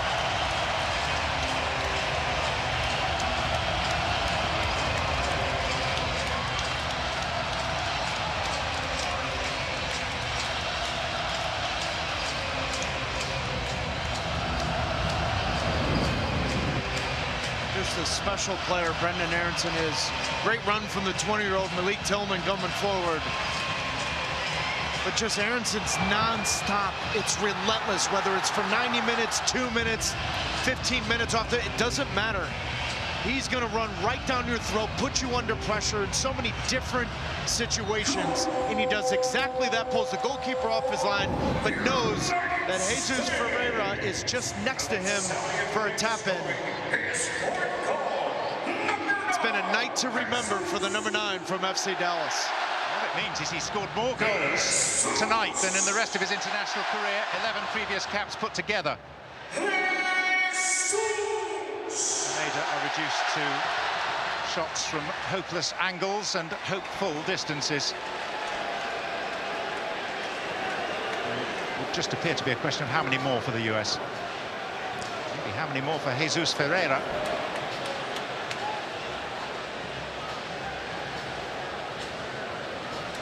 How transformative for a player's confidence? Well, it's all about having amnesia. As I said in the first half, when you miss these opportunities where naturally you're putting one back in the net for the club. And so when you look at this, I asked the question in the pregame, is this the situation where the floodgates open then for him? Is the pressure off of him? Now, Grenada is exponentially different than opening up against Wales, as I play Captain Obvious for about 5 seconds, but the truth is, it's all about seeing repetition of the ball hitting the back of the net, and some of the finishes in the second half were more difficult than the ones he had in the first half. But all you care about is the fact that, you know what, when the final whistle comes, I put 4 in the back of the net. I asked you this earlier, Taylor. Did you feel a different pressure when you were trying to score goals for the national team versus New England Revolution? I did, because I knew the manager wasn't a huge fan of mine. And so I felt like I needed to do a little bit more because the microscope was on me, versus having the manager look at me and say, you know what, you're my guy, take the pressure off of you. And that's where I think it's been interesting for Jesus, because Greg Berhalter has been so in his corner and calling his name and calling his number. And tonight, I think it's a reward for that, because I think Berhalter knew exactly what was going to happen tonight, and he's given it to his 9. Aronson! Straight at Patterson. And then a foul by Malik Tillman. And I suppose we shouldn't underestimate the part played in the ascent of Jesus Ferreira by Luchi Gonzalez, his former coach at Dallas, who's now right-hand man to Greg Berhalter. It's all about timing. And I'm not talking about scoring goals. I'm talking about getting your opportunity to shine for the national team. So much of the things have to come the right way. What if that's Haji Wright tonight? What's the conversation? Because almost a year ago, who was it? Ricardo Pepi. And listen, I'm not saying Ricardo Pepi's not going to the World Cup. He's going to go to the World Cup.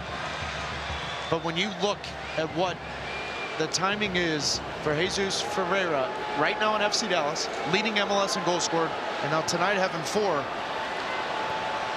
So much of professional sports, that fine line is timing, and he's delivered. Taking of the opportunity when it presents itself. This is Leon Braveboy, Jamal Charles.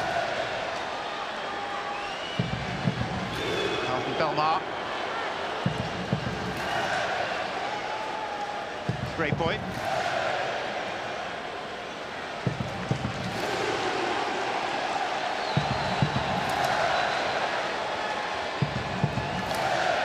But to put a bow on that conversation, John, if Haji Wright has a performance in El Salvador, don't think that Greg Berhalter may put a little bit more stock into that because the situation and circumstances is a little bit more difficult. It doesn't need to be a 4-goal performance, but it needs to be a performance where he has a huge impact on the game and plants the seed in the back of Berhalter's mind come September and those 2 friendlies that you have. I better be called in. 2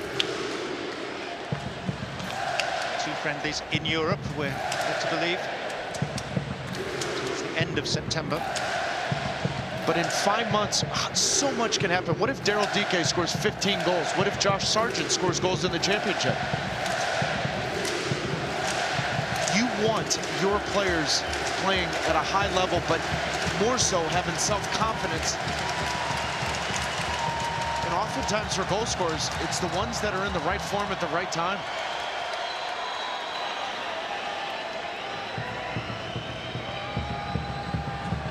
Carter Vickers. Well done. Different occasion this for Grenada in front of nearly 20,000 fans. Their game against El Salvador, St. George's, 3 days ago, had an attendance of 820. Jamal Charles.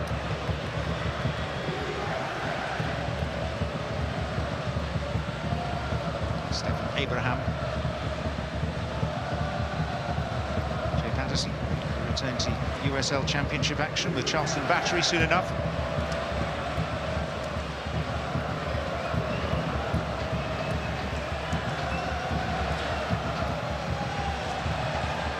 Jesus Ferreira, the 4th US men's national team player to score 4 goals in a match, and the 2nd youngest after Landon Donovan. No US player has ever managed a nap hand of 5. There's individual history in the offing for Ferreira, potentially, and also national team history. It's now beyond doubt that this will equal the longest ever unbeaten home run by the US men of 26 games.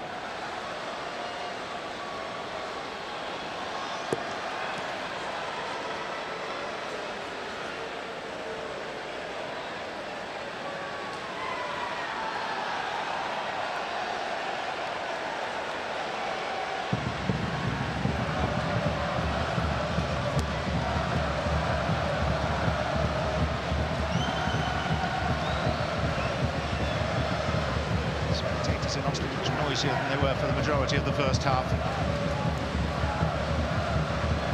Goals have invigorated them.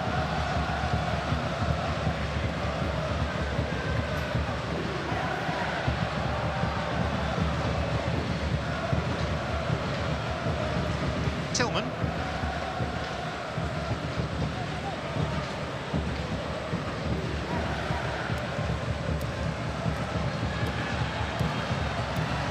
Costa.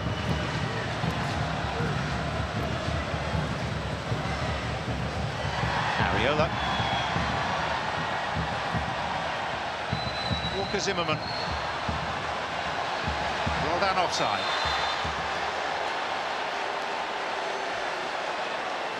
So inevitably, thoughts beginning to turn to Qatar and that opening game against Wales. Plenty of attention devoted to that already since Wales qualified against Ukraine. Obviously, the England game has a huge profile all of its own because of the history between the 2 countries. But the one that really intrigues me is Iran. Ranked 21 in the world, 1 defeat in their last 18 games, player in their squad from La Liga, from the Bundesliga, from across the top European leagues. And especially where the game's being played, they're going to be more comfortable with the circumstances in and around the games, the weather, and what it is. And I think that could be ultimately the decider. Now, you and I both know analytics will tell you the teams that get 3 points in the first game, more than 50% of the time, move on. And yet I feel like Iran could be a real X factor within that group. Here's Bello.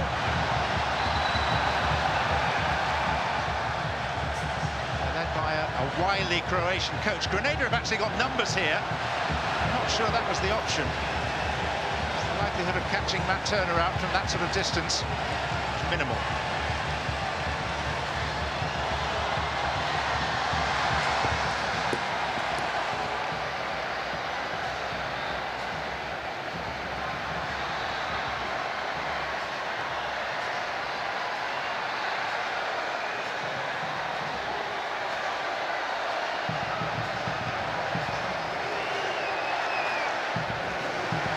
It's going through Carter Vickers' head.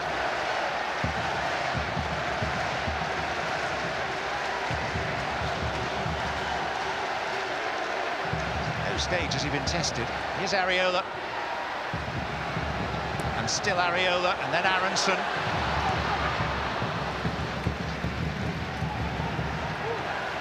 I mean, what's honestly going on in his head is he's going to enjoy a post-game meal for the first time in the last 12 months. He doesn't have to eat anything given to him in the Scottish Premier League. No, don't try to sell me on the cuisine in Scotland, John. I'm not doing that here. Deep-fried Mars bar.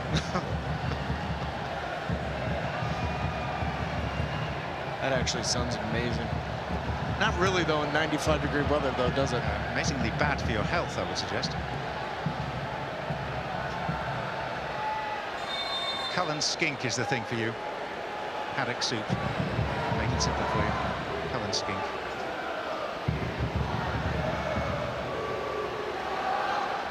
Belmar. Abraham.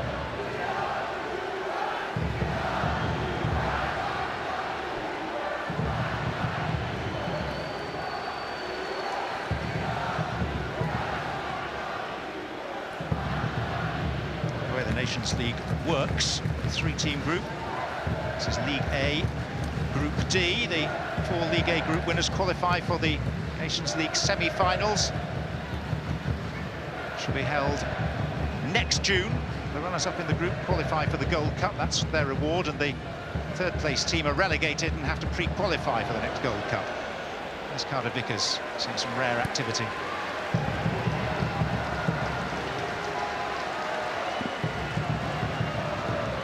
Aronson.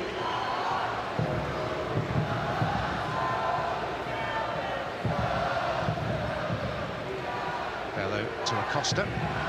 Just time to tell you before the conclusion of this game that our coverage of MLS returns this weekend with 2 games on ABC. Tomorrow, Charlotte and the Red Bulls, 3 Eastern. And then the same time on Sunday for Sporting Kansas City against the New England Revolution. Both matches also available on ESPN Deportes.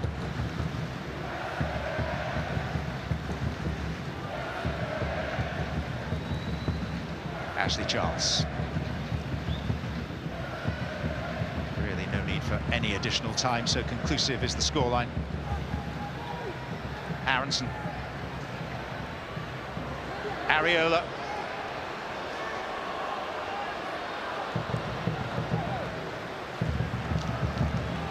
Should just about do it. 5 goals, 4 of them for Jesus Ferreira. Job done in the end. It's a different story to that we were telling at half-time when there was an air of frustration and a catalogue of missed chances against the names of several players, including Jesus Ferreira. But a 13-minute hat-trick, he subsequently added a 4th, a goal from Paul Areola, and a 5-0 thumping for the United States over Grenada as they open their defence of their Nations League title. In front of 20,000 or so at Q2 Stadium. But a landmark night for Jesus Ferreira, who has stamped his mark. He's outdone his previous achievements in international football. Before tonight, a couple of goals against Trinidad and Tobago, 1 in a World Cup qualifier against Panama, but 4 on his own. Just the 4th man in history to score 4 goals in the same game for the US men's national team. So we have plenty to discuss when we return with Taylor Twellman and Ben Olsen, and interviews from the field as well, in the wake of a 5-0 Nations League opening victory for the United States over Grenada, and tonight's hero, Texas-based Jesus Ferreira.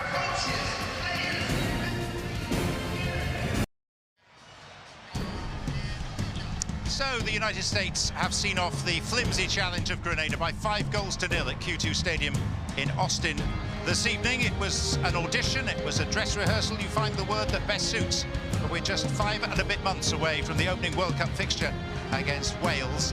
And the United States at the end will point to a result that suggests that they did most of what was required of them. It was a very different story at half-time, but overall, let's reflect on the total picture. 5-0, Ben Olsen. The fans will go home happy. Will Greg Berhalter have cause to be happy? I think he'll be happy that everyone got through this in a healthy way. I don't think he really learned anything he didn't already know. And I think he's the thing he's probably most happy about is Ferreira scoring that many goals. Yep. And that'll do him wonders for confidence. Okay. I mean, the highlights look great for Jesus Ferreira. He'll keep these for the rest of his days. But it took a while for the dam to break, 43 minutes before the first goal was actually scored. Yeah, and there were some easier chances in the first half that he struggled with, but that one was real good composure. This one's difficult because he had missed a real good opportunity with a header right before this that he completely missed the goal. Great first-time finish here. So when you look at the second and third goal, you're saying to yourself, those are a goal scorer's goal. That's one that really rates themselves and believes that they can put the ball in the back of the net at the highest level. Ariola had himself a real good game in front of his dad, Ben Olsen, and then obviously putting the bow on it with his 4th one of the night. But all in all, it was better tempo in the second half. But a lot of this was a Grenada team that was completely exhausted after halftime. 3rd game in 7 days. Rightfully so, I think the scoreline should have been 5-0. Absolutely. I mean, we're going to hear paeans of praise now for Jesus Ferreira, and people say, right, he's a shoo-in to start the opening World Cup game. It isn't, as you rightly point out, anything like as simple as that. So should we actually be loading praise onto him? Yes, he's taken some chances, but he also missed some as well. So presumably he emerges in the credit column, but not totally. No, but on the other hand, he scored 4 goals, right? So on any given night, he should have scored 8. He would tell you that. Any goal scorer would look in the mirror and say, nah, I should have scored 8 goals. But he finished with 4 goals, Ben, and it's 4 games before World Cup. So would have Pepe, so would have Haji. Yep. You even would have scored 4 goals tonight. Maybe 3. I mean, so it ends up being, I don't care who you are in a night like that, in that second half, you're going to pile on the goals if you're in the right spots and you're making average runs. But again, I like him. I think he's doing a lot of good, and I'm very happy for the young man to get this. I'm going to pause you there because we can hear from the hero of the hour, Jesus Ferreira, with Gillian. Jesus, 4 goals in a place that you have deep roots, the state of Texas. How did that feel?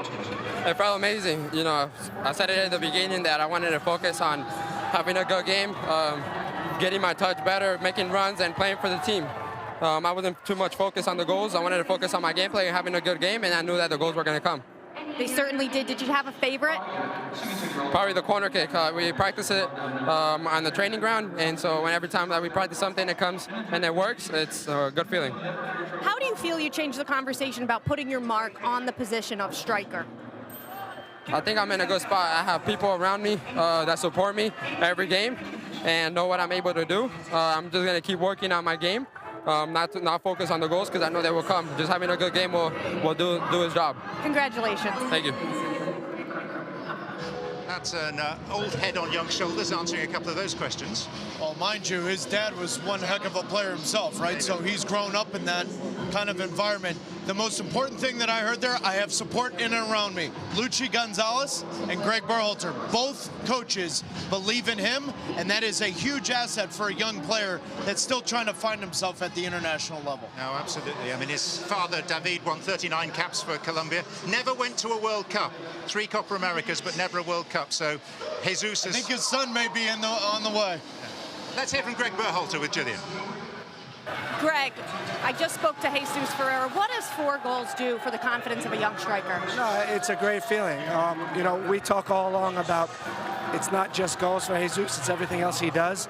But, you know, there's a certain validation that you get as a striker when you do hit the back of the net. To get 4 goals tonight, you know, really happy for him. He deserves it. Let's talk about the collective. Overall, how satisfied were you with this game? One more time? Yeah, overall, Greg, how satisfied were you with this game? You know, I think it was a good application. It wasn't a great first half, but we picked it up in the second half. But overall, in these conditions with a tight turnaround, the guys did a really good job. And Jesus, the obvious standout. Any other ones for you? What comes to mind, I think Cam Carter-Vickers had a solid night. Paul Arriola had a good night as well. I think it's just overall the effort of the entire group was excellent. And did you learn enough from this game that you planned on taking from it?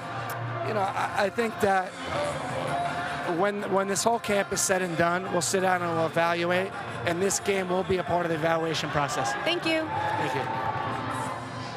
So it's part of the pathway towards Qatar, but he's sort of hedging his bets and not saying that he's learned an awful lot from this one performance against an admittedly weak side. Yeah, but if we know anything about Greg Berhalter, he's a former teammate of Ben Arnard's with the national team, but also as I've gotten to know him in this role as a manager, he'll watch the game tape 4 or 5, maybe 6 times. He likes to do his analysis there, not there on the sideline. He would like to watch the tape. He'll watch it with his staff, and that's where I think the real assessment will happen for Greg. But all in all, I think he wanted no one to get injured, and more so for his number 9 that he's believed in a long time to put a stamp on the game, and he gets the headlines. So now we throw this onto a game in El Salvador where we're led to believe that the likes of Haji Wright will get a chance. Ethan Horvath may well start in goal. So the focus now switches to other contenders for some of those places in and around the sort of the bubble on the edge of the roster, Ben. I'm looking forward to that one. I'm looking forward to seeing Haji. It's just another opportunity, right? There's not, as we said before, there's not that many left. And if you can get in there and impact a game and get yourself on that plane, it's a hell of an experience. Put it in these terms. If Haji Wright starts that game and scores twice in El Salvador, is that worth the same weight as 4 goals at home against Grenada? I think it makes Greg think about some things. And it puts him in that conversation. Again, ultimately, you want to get on that plane. Taylor, I know in the commentary you liked Malik Tillman when he came on in the second half. I do. I just like the profile, but more so I like the conversation that is around the player in Germany for people that are seeing him consistently. He had 4 goals, 4 assists with the Bayern Munich reserve team, had a couple first team appearances, but there's a profile and a comparison. When Bundesliga scouts are telling you this is a bigger get than Julian Green, you got my attention. Because in 2014, everybody was like, no, here's an American that's playing for Bayern Munich. When Malik Tillman said he was going to play for the United States, the German under-21s was extremely upset because there's a profile there and a confidence. He's only 20, and in 2 appearances, you would have thought this was his 10th or 11th time being in camp. That says more to me than, okay, he may have lost possession here or there. There's a quiet confidence in him that, you know what, I want to be in this team. I think he may have a huge say in the 26-man roster because Berhalter's going to be thinking, 2026, when the United States is hosting, those last 2 spots I maybe need to use for future to get him into the squad, get used to the big experience. That's what you can be afforded a little bit with an extra 3 roster spots. I think Malik Tillman may be one of those. Yeah, Ben, Gillian asked Greg Berhalter which other players outside of Ferreira had made an impression on him tonight, and he mentioned Cameron Carter-Vickers, who quite honestly had precious little to do. If I was to ask you as an independent observer who'd made an impression on you watching the US tonight, apart from Ferreira, who would you mention? Well, I mentioned Paul before. Again, he just goes about his job in the right way in these games. I thought De La Torre showed exactly who he is. He's a very important piece, a little bit different than what we have, a real pace setter. Ever to start a game in a World Cup context or purely off the bench? Not for me. I do think he's a little bit of a luxury piece, but maybe something that can give you something different tactically in a World Cup. Other than that, I think it's a really, really tough game to evaluate, unfortunately. I'd love to tell you this, even the ones I mentioned, it's still a very tough game to evaluate as a coach and say, oh, he did great, even Ferreira on the night. But it's what it is. You go out and do the job. But the interesting thing about this game, and you explained this to us very well at dinner last night, is it's the sort of fixture over which you can trip as a player. If you think that you've got your role at the World Cup sorted out, you can't really enhance your reputation, but you can certainly damage it. Absolutely. And I don't think anybody did that tonight. No. You know, I think it was, nobody really put in a poor performance where they hurt themselves. A few maybe had some good performances, but overall, it's move on, get him his goals, and move on to the next one. Yeah. Taylor, concluding thoughts? The September 2 friendlies are going to be the most important games for Greg Berhalter in preparation for the World Cup. And obviously, what happens with the club and the European-based players into that is going to be very interesting. I am so intrigued to see what that roster is going to look like. For the El Salvador game in a few nights, this is comfortable for the United States. If you've ever played in Central America, it's uncomfortable. And so that's why I say the performance against El Salvador may be worth more to Greg Berhalter and his staff than this one, because there's just extracurricular stuff you have to deal with. It's not comfortable to be there. So Haji Wright and Ethan Horvath, whoever the center backs may be, if George Bello plays, whoever that is, that performance in my mind is going to be weighted more than the performance tonight, just because it's extremely difficult to play there. That's well said. Yeah. Thank you for joining us and diluting Taylor tonight. Oh, this was such a joy. Thank you very much. No, it's been great for the audience as well to have He's a also voice my out of accountant, so make sure you get my taxes done, will you? Make sure he gets you a beer tonight. So my thanks to Ben Olsen and to Taylor. Thank you to you for joining us as well for our coverage of the send-off international, as we currently believe it to be ahead of the World Cup. We've seen the second fastest hat-trick ever by a US player. We've seen the fourth player to score 4 in a game, and we've seen the USA tick most of the boxes on the latest step on the road to Qatar. From all of us in Austin, a very good evening to you.